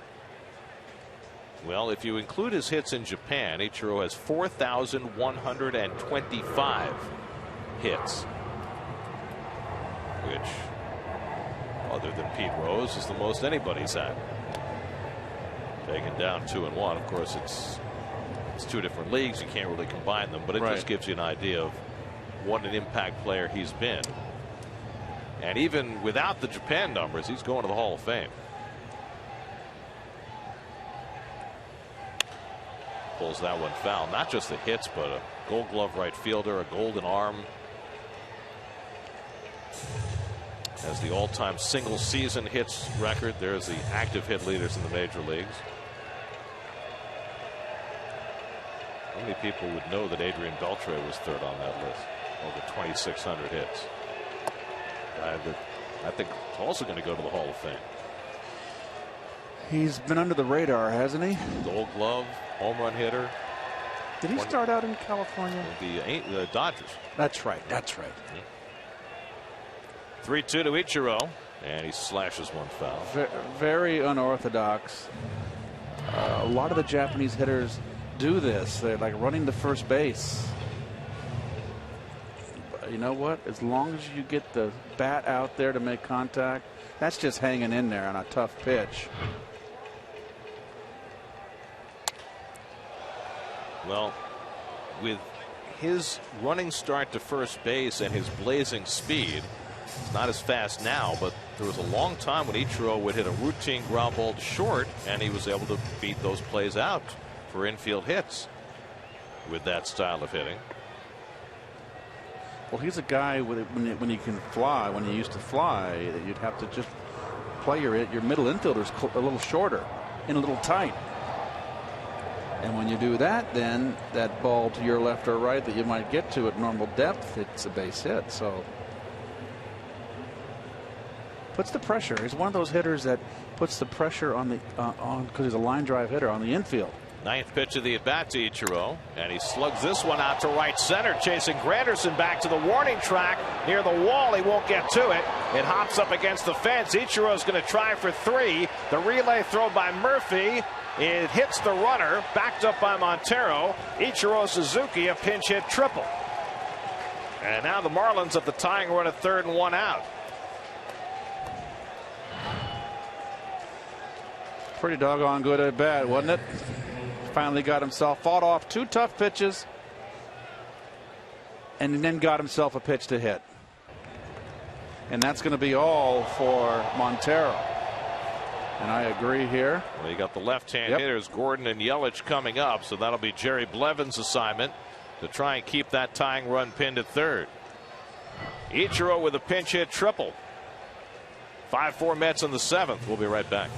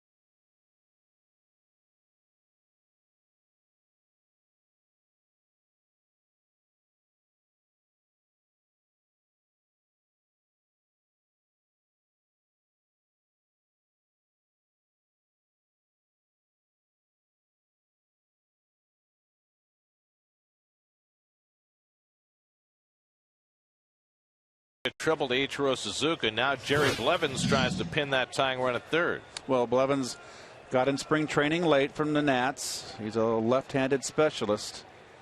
Infield in for D. Gordon, who topped an infield hit his last time up. A very good bunter. And he hits one right at Murphy, backhands it, coming home, but a bad throw, but Ichiro stopped, and d'Arnaud's able to tag him out. Oh, my. Ichiro figured that he was going to get in a rundown, but Murphy made a terrible throw, but Ichiro had already stopped. And d'Arnaud's able to dive back and tag him out. Well, watch Murph here, who makes a nice backhand, and he knows he has to rush the throw. Little backhand, he has to get up and throw. It's not a good throw home. Ichiro can't assume it's a bad throw. I think he might be safe. Well, home plate umpire Eric Cooper judged that d'Arnaud was able to slap the tag on him. Let's watch. Oh, boy. It looked like there was some contact there, but Mike Redmond's going to challenge. That's the tying run. Where's the on-deck circle batter not getting the bat out of the way? Let's see. Misses the plate is right. So, but it certainly but if he tagged him, it certainly appears as though there was some contact. It's hard to tell, though. So the umpires will go to the headsets, and the umpires in the bunker in New York will make the judgment. Did he make contact? Now remember, he didn't touch the plate here. Right, but did he ever make contact? Now, does he get back? He's calling him out. So there's the out call. He would have been out the second time trying to come back, Gary, if he did not make a call because there was no tag. Well, you follow me? The question is, did he make the initial tag on the shoulder or the side of the helmet? I don't I'm not sure that we know for certain.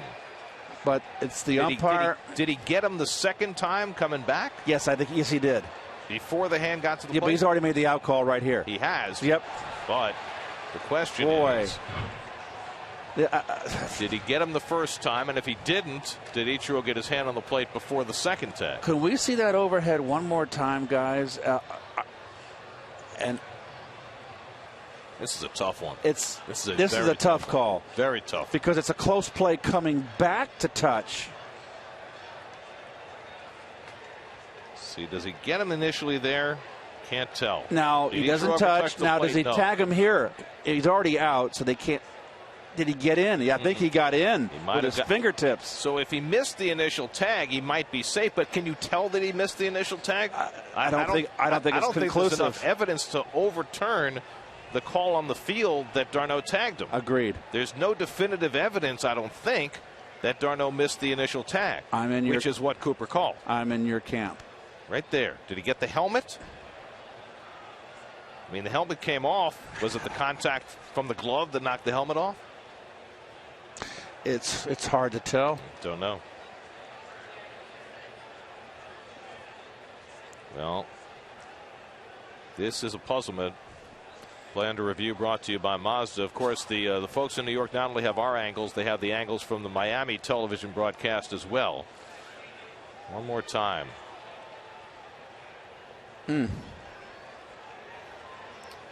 I don't know how they can possibly overrule this based on the evidence that we're seeing. I agree. There could be another angle, but from what we're seeing, it really was. There's evidence to overturn. A heck of a play by Ichiro.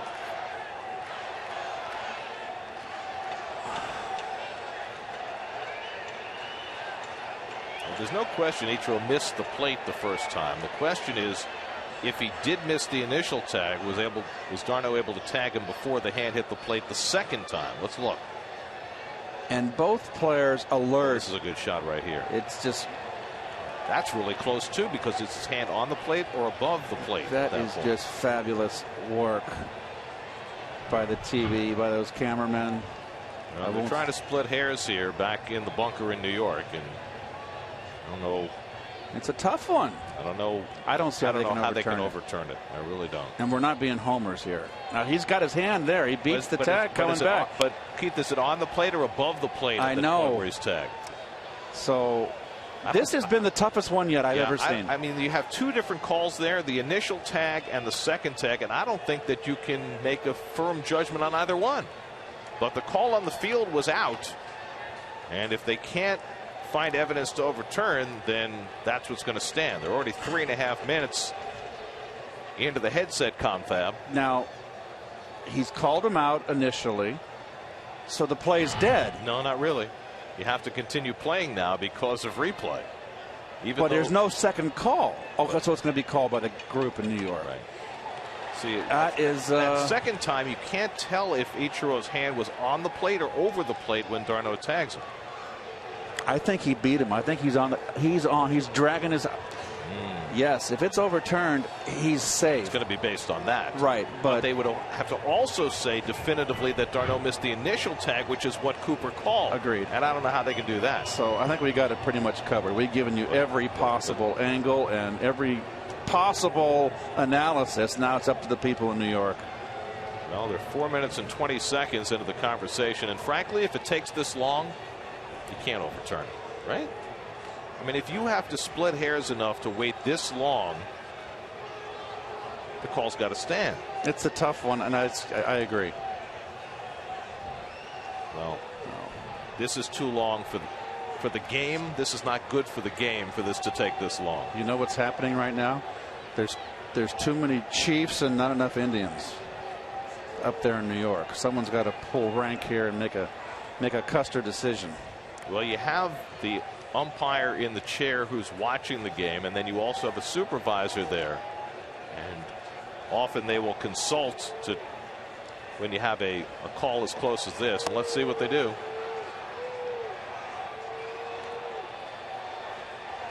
Oh, wow. They overturned it. Wow. Okay. That is unbelievable. Wow. Well, okay. Mike Redmond has reason to smile. But boy, that's a heck of a play by Ichiro. I can't get on the guys in New York for this one. Well, I wonder what evidence they used to overturn the call. They would have to rule that d'Arnaud missed that initial tag. Yes, of we course. didn't see any evidence of that. Yep, that's a heck of a play by that man. So it ties the game at 5. It'll go as a fielder's choice, an error on Murphy, allowing the run to score, and the Marlins, based on a nearly 5-minute review, tie the game. They're going to rule that an error, yes, E4. E4. So no ribeye steak. No. Oh, I got to think of another term. You don't have to. Now you got Gordon, the go-ahead run at first, a base stealer, as Yelich takes it outside, 1-0. Wow, that was a tough one.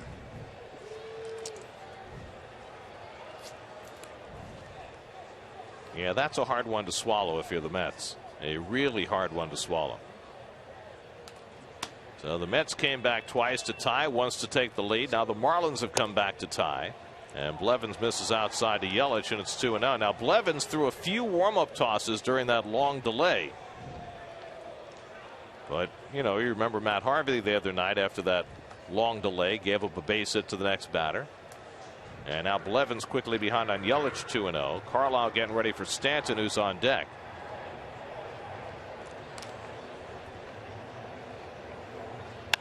Slap to short, might be 2.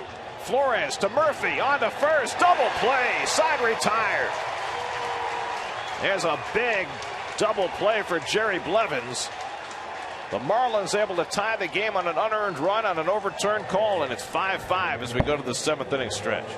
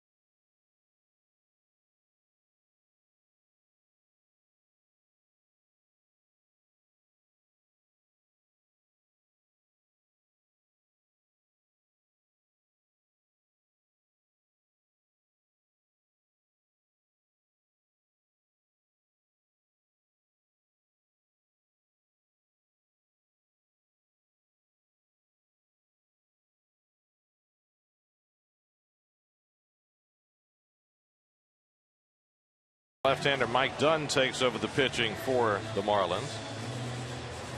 Dunn in his 4th year now with Miami after starting his career with the Yankees and then going to Atlanta.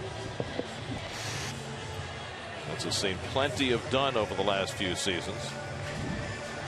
Wilmer Flores will lead off for the Mets in the home 7th.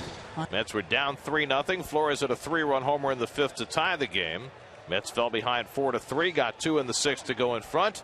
But Miami tying it on an overturned call in the top of the inning. So we start again, 5-5. And Flores, first pitch swinging, fouls off the fastball from Dunn. John Mayberry has come out on deck to bat for the pitcher Blevins. Carlos Torres now at work in the Mets bullpen.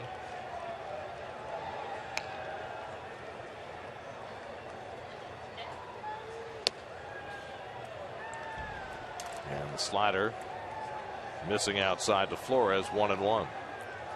Miami 5 runs and 6 hits. The Mets 5 runs and 7 hits. We're now in the bottom of the 7th. Flores was just 4 for 26 on the season when he cracked his home run in the 5th inning, his first home run and his first 3 runs batted in of the year. An enormous hit tonight. Both managers have challenged. Both managers have been successful. That's overturned a call at first. And the Marlins, even more importantly, overturning that call at the plate. So we have a seesaw affair tonight. Back and forth.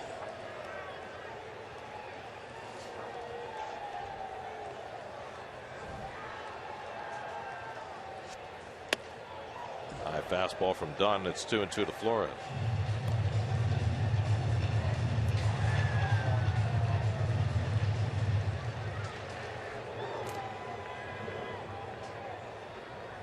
Oh, Philly.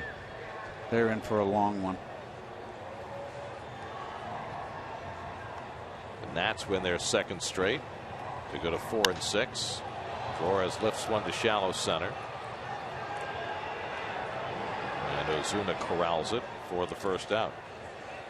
SNY Super Slow Motion is brought to you by your Mercedes-Benz Tri-State dealers. Visit them on the web at searchmercedes.com.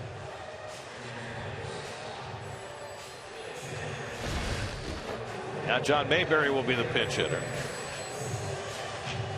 Mayberry batting for Blevins, who got the big double play after the delay caused by the overturned call at the plate. Mayberry 2 for 9 with a home run.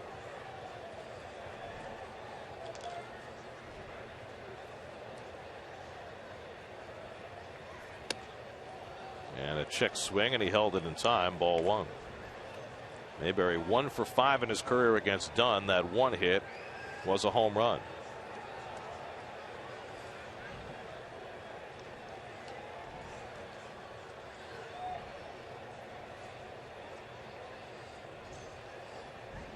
Well, we've gotten the explanation from the replay officials. They say they determined that d'Arnaud did not apply the tag to Ichiro on the initial attempt, and then that Ichiro's hand made contact with the point of the plate before d'Arnaud applied the tag.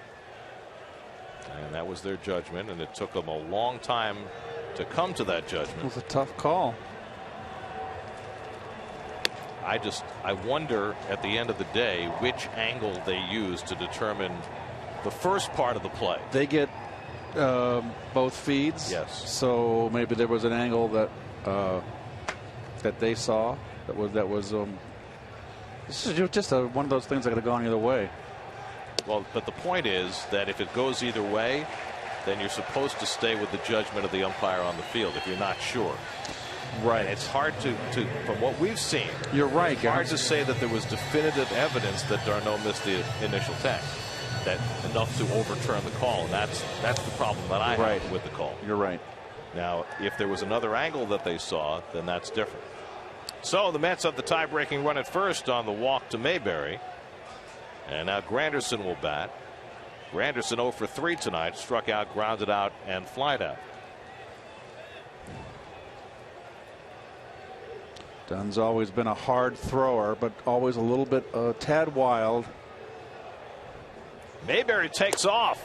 The throw by Real Muto, a good one, but he's safe.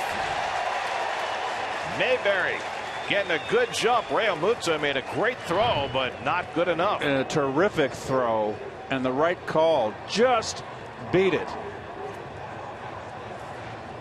Oh, terrible tag by Echeverria.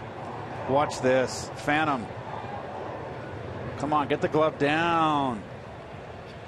He didn't even tag him. That is an Olay. First stolen base of the year for Mayberry, who didn't have a single one last year with the Phillies.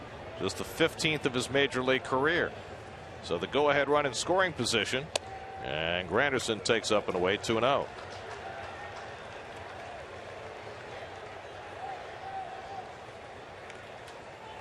So a rare stolen base for John Mayberry gives the Mets a chance to strike right back.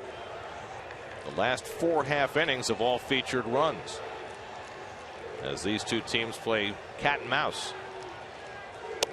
There's a strike, 2-1. Jared Kosart started for the Marlins, went 5 1/3, 5 runs, 7 hits. A.J. Ramos got 2 outs in the 6th, but one of them was the sac fly by Campbell to put the Mets in front. Look at that hole between Echeverria and the third baseman.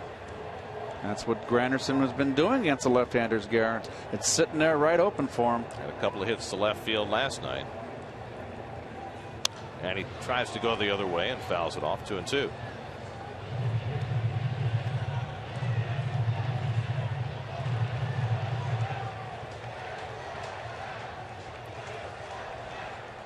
In that game in Washington tonight, that was Cole Hamels pitching for the Phils. Boy, when they don't win with Hamels on the mound, it's going to be a tough week. He went 6 innings, allowed 5 runs, 5 hits, a couple of home runs. He's given up, what, 7 home runs in his first 3 starts? That's crazy. 2-2 from Dunn, and he misses inside with a slider, 3-2. Mets batters have been 0-2 and strung out a count to 3-2 quite a few times tonight, and very, very hard fought at bats. Sam Dyson, the former Cincinnati Red, up in the Marlins bullpen. Granderson and d'Arnaud, top 2 hitters in the lineup, combined 0 for 6 tonight. Granderson trying to change that with Mayberry at second and 1 out. And Curtis lays off, ball 4. The 11th walk Granderson has drawn this year, most in the league. Back-to-back walks issued by Dunn here in the 7th. And now a chance for d'Arnaud, and we'll see if he faces Dunn or if they bring in the right-hander Dyson. You got Duda on deck, so they may try and nurse Dunn through d'Arnaud. Well, this is the advantage, Gary, that every manager loves to have a balanced lineup, a left-right, left-right. It limits what the opposing manager can do, as far as if you have a back-to-back left-handers, you can leave Dunn in. But if you have back-to-back right-handers, he'd certainly go with a right-hander. But you've got Duda behind d'Arnaud, and Duda's red hot. d'Arnaud is 2 for 3 in his career against Dunn, and he gets a crack at him here with 2 men aboard and 1 out in the 7th. And Travis takes the pitch low for ball 1. d'Arnaud tonight 0 for 3, struck out, fouled to the catcher, and grounded out. 8 RBIs in the first 9 games of the year for the Mets. He's in the top 10 in the league in RBIs coming into the night. Mayberry at second, Granderson at first.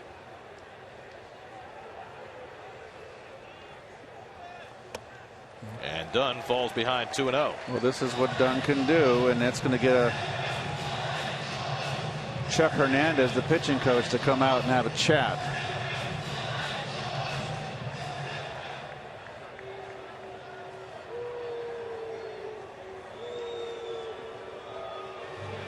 Well, the Marlins came into the night with the worst staff ERA in the National League at 4.56 through their first 9 games. Kosart had himself a 3-0 lead cruising into the 5th. But Flores hit the 3-run homer in the 5th. Mets got 2 runs in the 6th, and they're threatening here in the 7th. Well, all I can tell you right now, no matter what the pitching coach can say to the pitcher out there in this situation, late in the ball game, tie game, he's behind 2-0. It's the hitter's pitch here.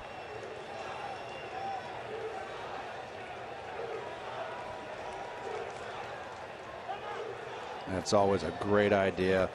You got a guy out there laboring, not finding the plate. Step out on him. He wants to get the ball and throw. Just upset his rhythm. That is very nicely done. And again, Dunn's going back behind the mound now. He's not happy.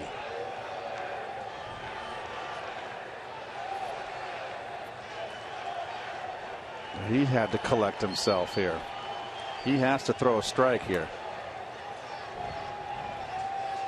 Arnaud taking a deep breath, trying to calm himself with the go-ahead run at second. And it's ball 3. So 3 fastballs, and he's missed with all of them. Do you turn him loose with Duda on deck? No, definitely not. Lefty? Definitely not. Take all the way here.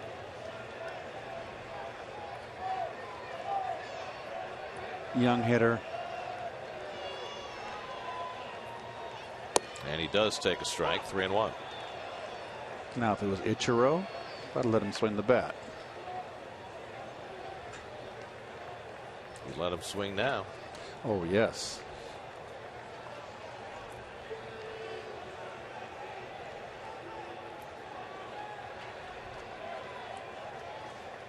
(3-1) from Dunn to d'Arnaud.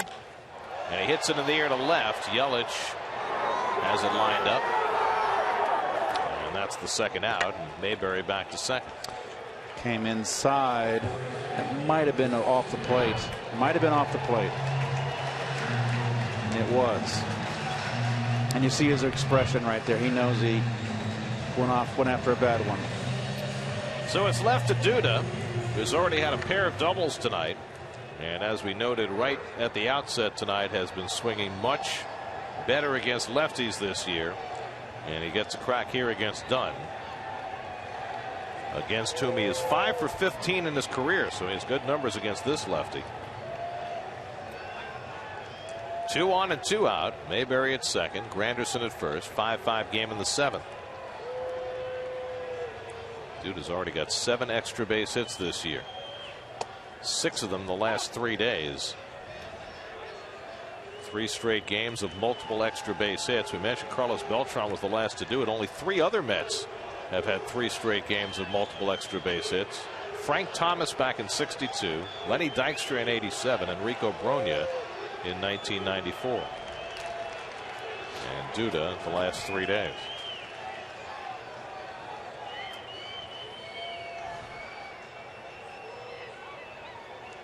Mayberry drew a 1-out walk and stole second. Granderson walked.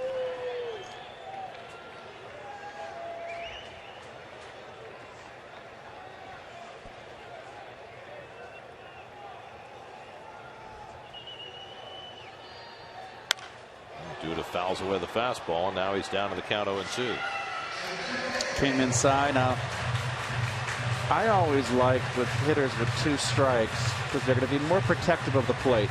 Look at Echeverria up the middle. That's how he's played Duda, and that's how the entire bat.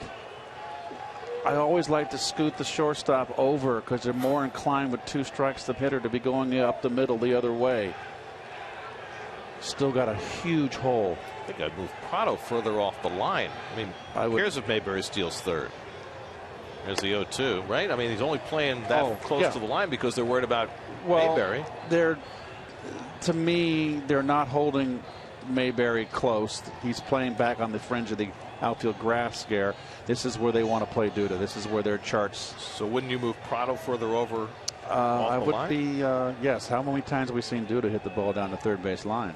Well, he hit it along the left field line once tonight, but that was by mistake. 1-2 from Dunn. Good swing. The fastball. I tell you what, I have seen some really, really tough at bats from these Met hitters.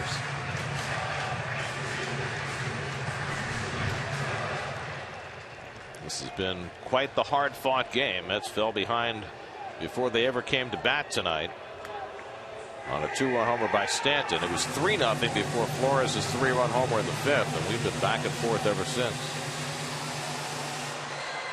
That's trying for their 5th straight win, something that they never accomplished last year. Last 5-game winning streak came 2 years ago.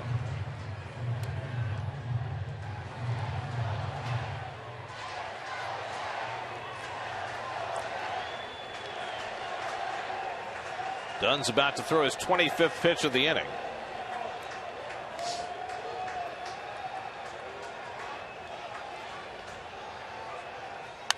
And Duda golfs one foul. Back goes Prado near the tarp, but no Nolan Arenado. That was one of the most amazing things I've ever seen. Yes. That catch 2 nights ago by the Rockies' Arenado going up on the tarp in San Francisco. And then balancing himself to get a throwback to third base. They don't give the gold away for nothing. Yeah, he's extraordinary, and he can hit. One of the best players in the league now. He came into his own last year, did he not?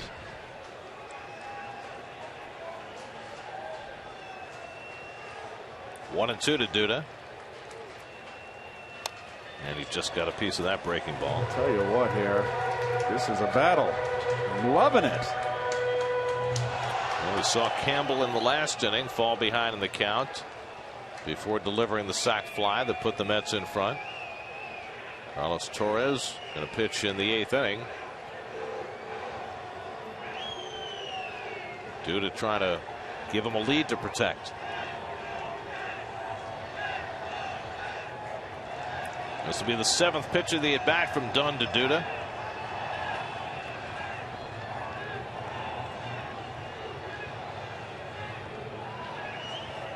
And he lines one into left center field, falling fast. Yelich diving, can't get it, base hit, and the Mets go back in front. Mayberry scores, Granderson to third. Duda with his 3rd hit of the night, and it's 6-5 New York. What a rip-roaring start this guy is off to in 2015. Another hit off a lefty, and this one in a big spot from Lucas Duda. Inside out here a little bit, wanted it away. No, he did not inside out. A ball was away, and that is just good hitting, something we never saw from Lucas last year off the left-handers, and a lot of the times off the right-handers. And again, Gary, with 2 strikes, even shade your outfield over a little bit to the opposite field. So the Mets have poked their nose in front again. A big 2-out hit for Duda off the lefty. Dyson comes in to face Kadire. Mets up 6-5 in the bottom of the 7th. We'll be right back to Citi Field.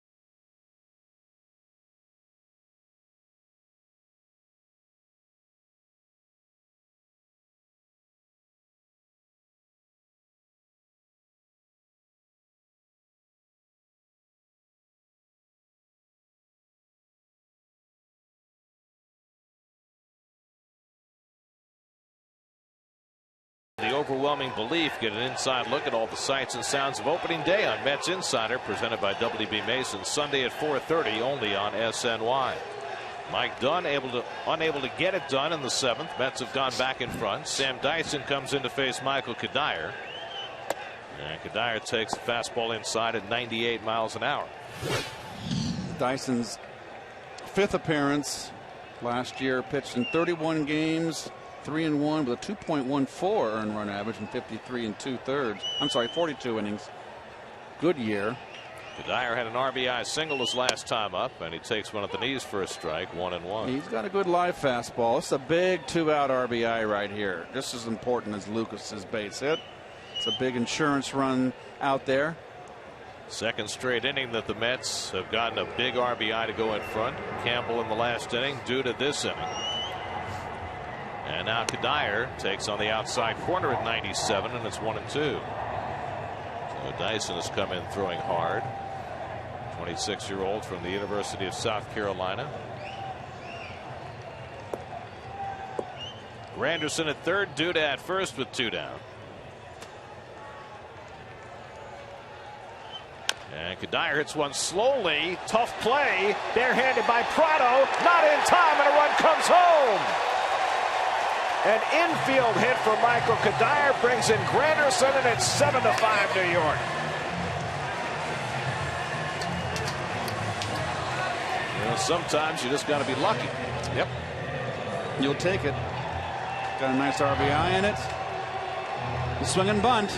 2 strikes. They're playing back on the infield. Nothing you can do here. Not even Brooks Robinson makes this play.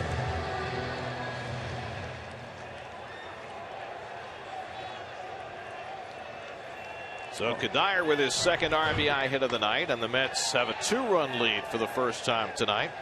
Now it's Daniel Murphy who's 1 for 3, an infield hit back in the second, batting with 2 out and 2 on. So the Mets have put up 3 straight crooked numbers, 3 in the 5th, 2 in the 6th, and now 2 here in the 7th. To overcome the overturned call at the plate in the top of the inning. Really, some more than a few tough, hard-fought at bats. 1-1 to Murphy. I'm impressed.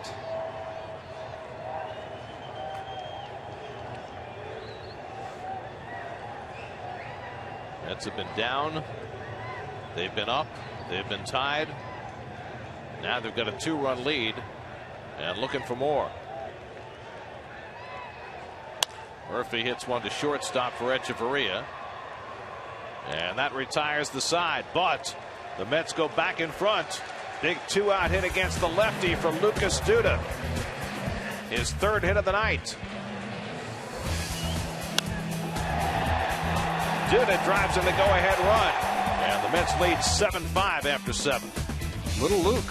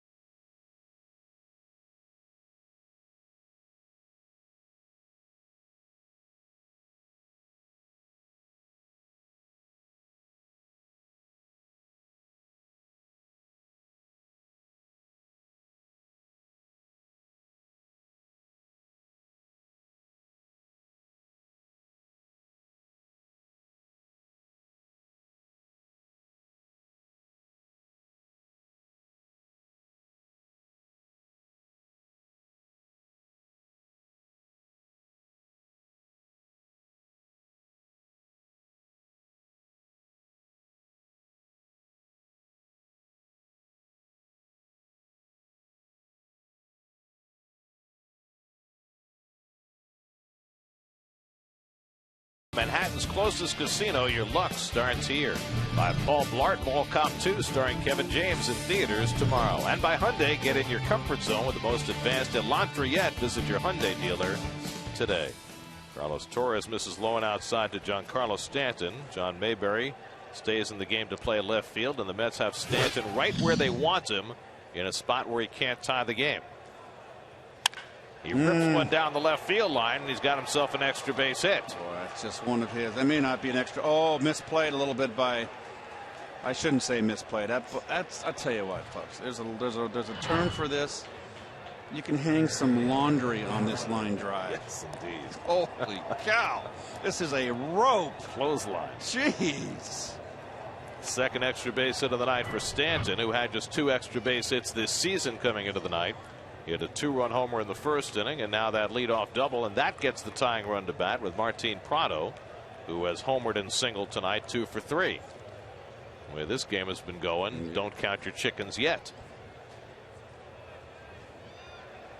And Prado takes a cutter for a strike. Carlos Torres threw 2 pitches last night and got a double play ball from Jeff Francoeur in the 7th inning.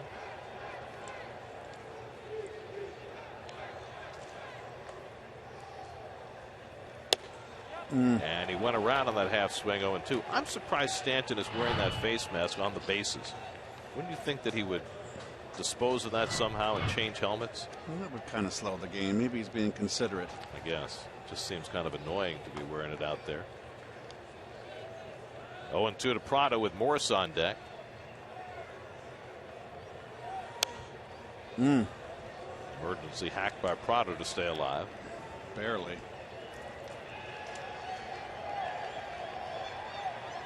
Dylan G went the first 5 2/3, allowed 4 runs and 5 hits. Rafael Montero gave up an unearned run in 2/3 of an inning. Jerry Blevins, 2/3 of an inning, no runs, no hits. He's now pitcher of record on the long side. Ichiro Suzuki with the pinch triple and then the evasive maneuver at the plate. At least as determined by the replay umpires. There are your Met pitchers tonight. Montero worked awfully hard, faced 4 batters and threw 29 pitches. Blevins is the pitcher of record. If the Mets can hang on to this one, needs 6 outs.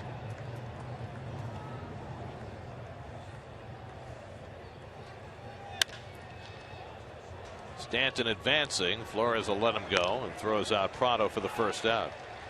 So Stanton at third with 1 out. Morse coming up. First, let's check in with Janae Coakley in the studio for another game break.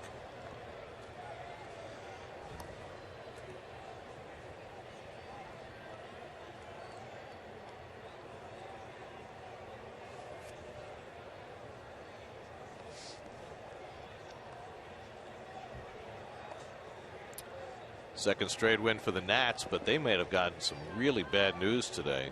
Craig Stammen, who's so important in that bullpen, has a torn flexor tendon in his elbow. He might miss the whole season. That would be a huge blow for them. Their bullpen already has been a bit of disarray. He's their late setup guy, sinker ball pitcher. That is devastating for them if they do in fact lose him. Michael Morris tonight 0 for 2 and a walk, and Torres quickly ahead of him 0-2. Mets have the infield back with a 2-run lead. They'll concede the run on the ground ball. Well, the Mets scored in 5 straight innings last night, and they scored multiple runs in 3 straight innings tonight. It's a different kind of attack right now. 6 runs each of the last 2 games, 7 tonight. 0-2 up and away. We're getting back to the good old-fashioned baseball that we grew up to love. Bunching hits together, not relying so much on doggone home runs. Right, Al?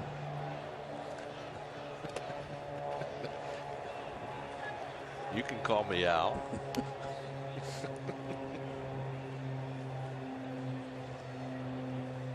Michael Morris now playing with his 5th major league team, but for the first time playing back at home. Grew up in Fort Lauderdale. Signed a 2-year $16 million deal to play with the Marlins. So back where he started. 2-2 from Torres. Breaking ball fouled off.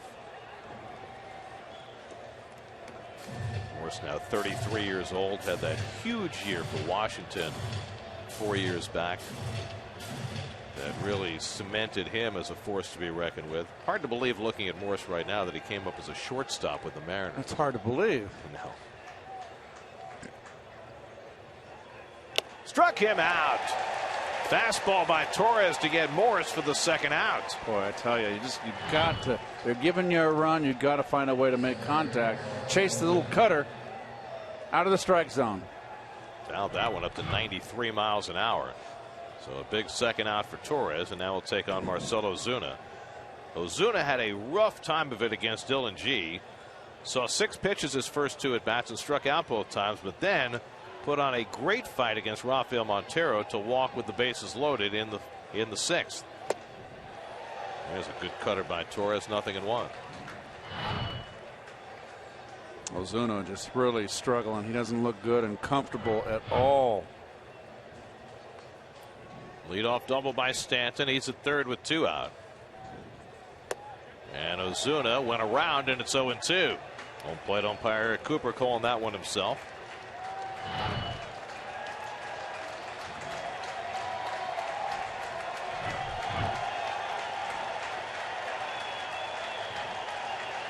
Now Torres up in the count, 0-2. Struck him out. Back-to-back strikeouts for Carlos Torres to pin Stanton at third. Quite a job by Torres. Still 7-5 Mets going to the bottom of the 8th.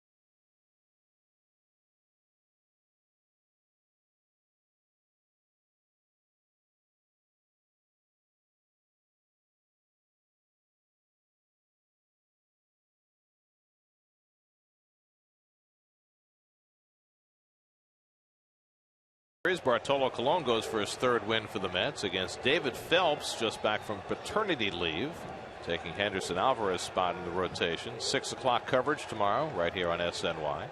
Jerry's Familia getting ready for a save opportunity after a night off last night. Eric Campbell leads off in the last of the 8th for New York and takes outside from Sam Dyson. Campbell's had a very good night, a base hit, scored a run in the 5th, and then had that big at bat in the 6th. Worked from behind in the count to deliver a sacrifice fly that gave the Mets a 1-run lead. Marlins bullpen is empty. Dyson got the final out in the 7th after giving up an infield hit to Kadire that brought in the 7th Met run. And he falls behind on Campbell, 2-0. Juan Lagares on deck, and then Wilmer Flores for the Mets in the bottom of the 8th. Well, Torres did the heavy lifting in the top of the 8th for the Mets, working around the leadoff double by Stanton. That'll leave the lower third of the order for Familia in the 9th. Real Muto, Echeverria, and the pitcher spot will be due up. Lucas Duda, a huge night, 3 hits, 2 doubles, an RBI. Campbell drives one to the gap in right center field, but overcomes Stanton to grab it. Stanton playing Campbell well over toward that gap. Campbell hits another ball hard. For a big guy, Stanton is a good outfielder. He's got a very strong arm, and he covers a lot of ground. Jason Hayward won the Gold Glove in right field, and rightly so, but Stanton can certainly make the case. Stanton is a fine defender. Here's Lagares, 1 for 2 in a walk. Singleton scored a run back in the 5th. Takes a fastball strike from Dyson.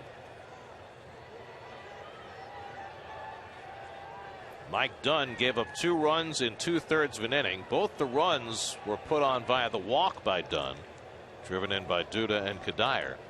And Dunn is pitcher of record on the short side. What does that mean, Gary?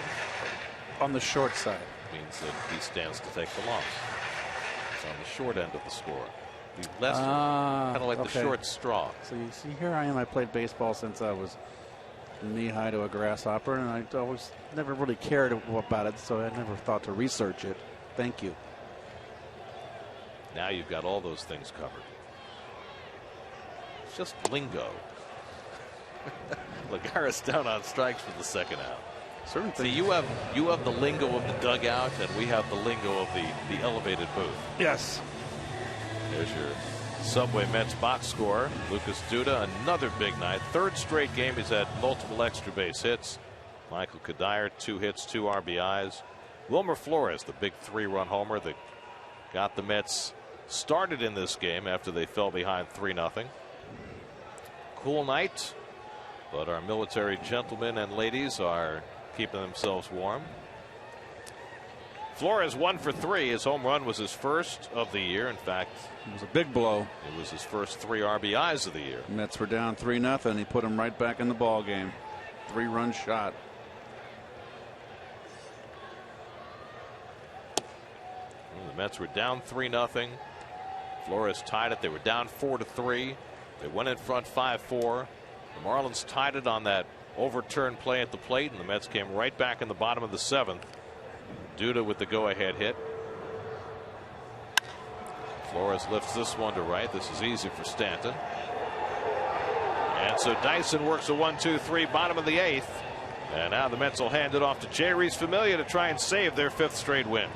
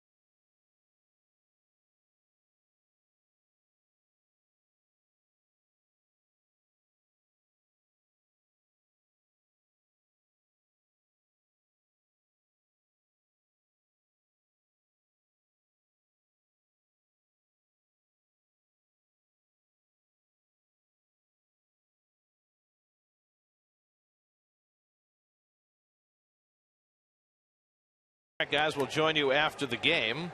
Get to Citi Field this Saturday for fireworks night following the Mets game against the Marlins at 7:10. For tickets, visit Mets.com/fireworks.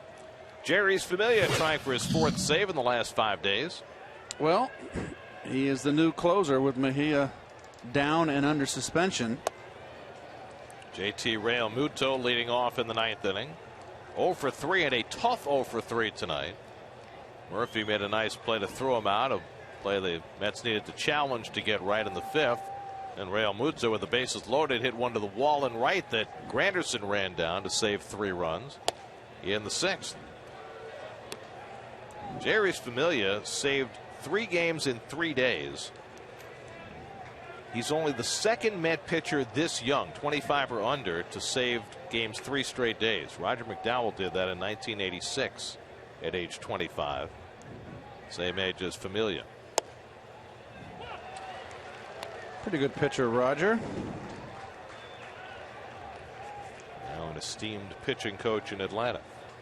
Braves are off today, so if the Mets win, they'll be alone in first place in the National League East. Started the game, the day tied with Atlanta. Realmuto takes a rip.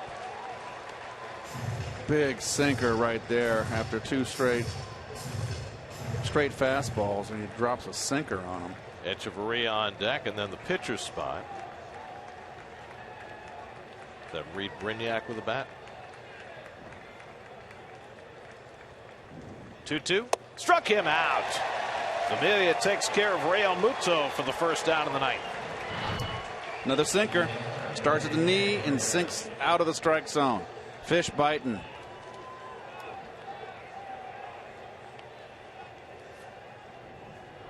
So 1 out and nobody on. That's 11 strikeouts for Met pitching tonight. Dylan G struck out 7 on a no decision night for him. Now Echeverria, who's 0 for 3, hasn't had the ball out of the infield. Campbell creeps in at 3rd to guard against the bunt. And the slider in for a strike, 0-1. Reed Brignac is out on deck to pinch hit.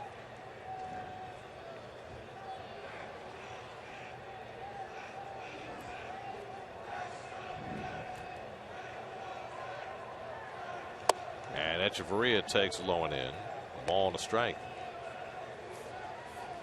Familia 2 nights ago gave up a home run to Jeff Francoeur, but then struck out the next 2 batters to secure a 6-5 win over the Phillies.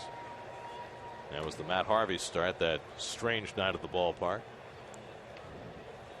Echeverria wailing, and it's 1-2. They're all running after that sinker, and he's starting it at the knees, Gare, and it's breaking down out of the strike zone. They keep swinging at it, keep throwing it. Now Familia ahead 1-2. And he bounces the slider 2-2.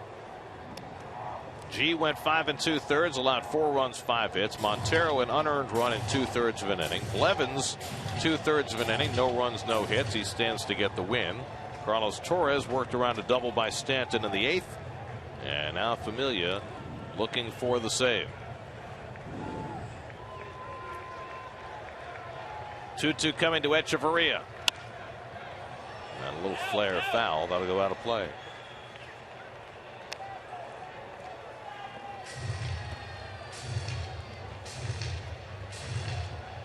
Only once last year did the Mets get as far as 4 games over 500.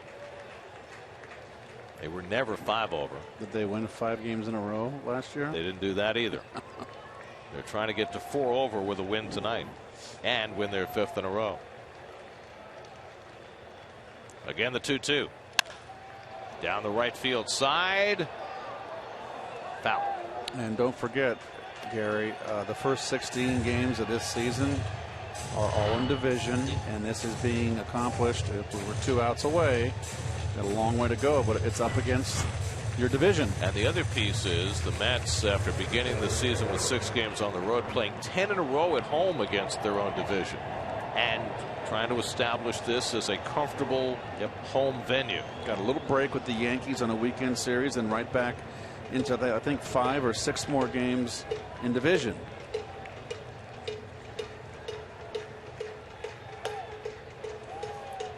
count to Echeverria. Certainly don't want to be walking anybody here with a 2-run lead.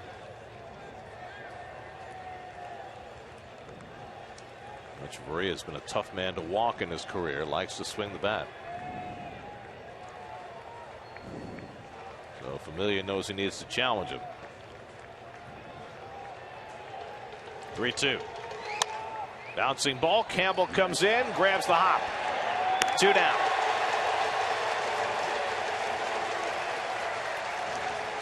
Echeverria retired, and the Marlins are down to their final out. And the veteran backup infielder Reed Brignac, who was just called up the other day when Don Kelly broke a finger. See his career pinch hitting numbers. He's had just 1 at bat this season, 0 for 1.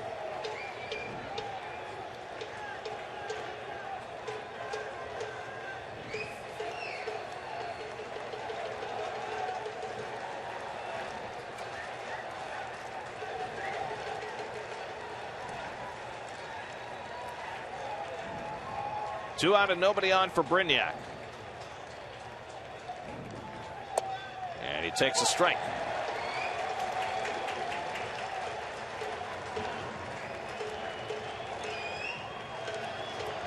Familia bidding for his 4th save of the year in a 5-day span. Quick pitch, a little bit high, 1-1. D. Gordon would be next. But Familia trying to put an end to it right here. 11 strikeouts for Mets pitchers in today's game. Tonight's, excuse me. Brignac knocks one foul, and now the Marlins are down to their final strike. And that'll bring this small but lively crowd to its feet.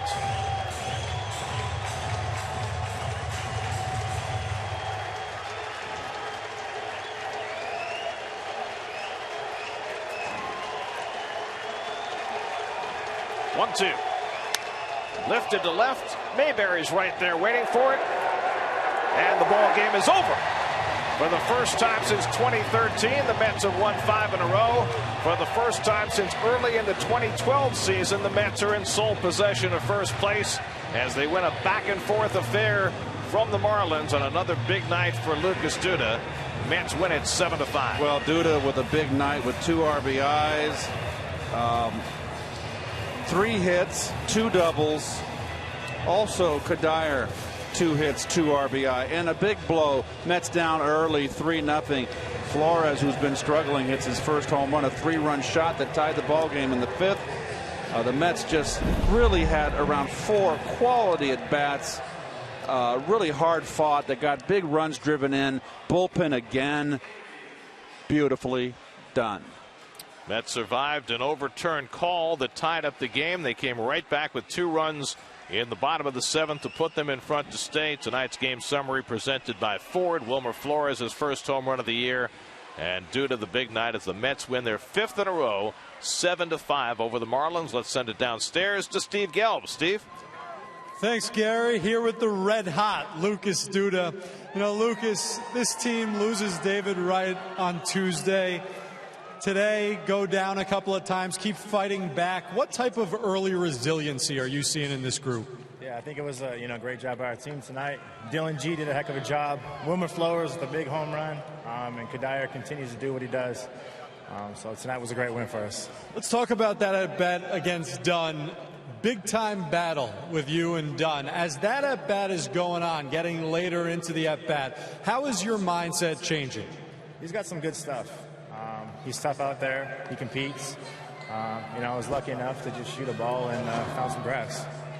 Lucky enough. Like the way that you phrased that. 4 for 8 against lefties so far this season. How much more comfortable are you feeling against lefties this year? I think it's just one of those things where I'm just getting lucky. Hopefully it continues. These fans don't think you're lucky. They keep chanting your name. Lucas, thanks so much. Yeah, thank you. Gary?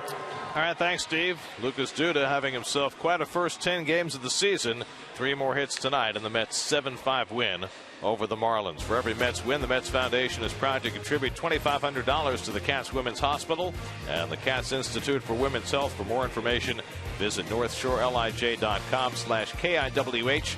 This win brings the total contribution so far this season to $17,500. New York Mets baseball on SNY is brought to you by Lexus. The first ever Lexus NX Turbo Go Beyond utility. By Geico, the #1 insurer in the New York market. By DraftKings, the official daily fantasy partner of the New York Mets. And by Ford, for great deals on Ford cars, trucks, SUVs, and crossovers, visit tristateford.com. Mets win their 5th in a row tonight as they beat the Marlins 7-5. Tomorrow night, game 2 of this series. Bartolo Colon goes for his 3rd win against David Phelps. Our coverage begins tomorrow night at 6 o'clock right here on SNY. Now for Keith Hernandez, Steve Gelbs, and our entire SNY crew, I'm Gary Cohen at Citi Field. Time for WB Mason Postgame Live. Let's join Gary and Nelson in the studio.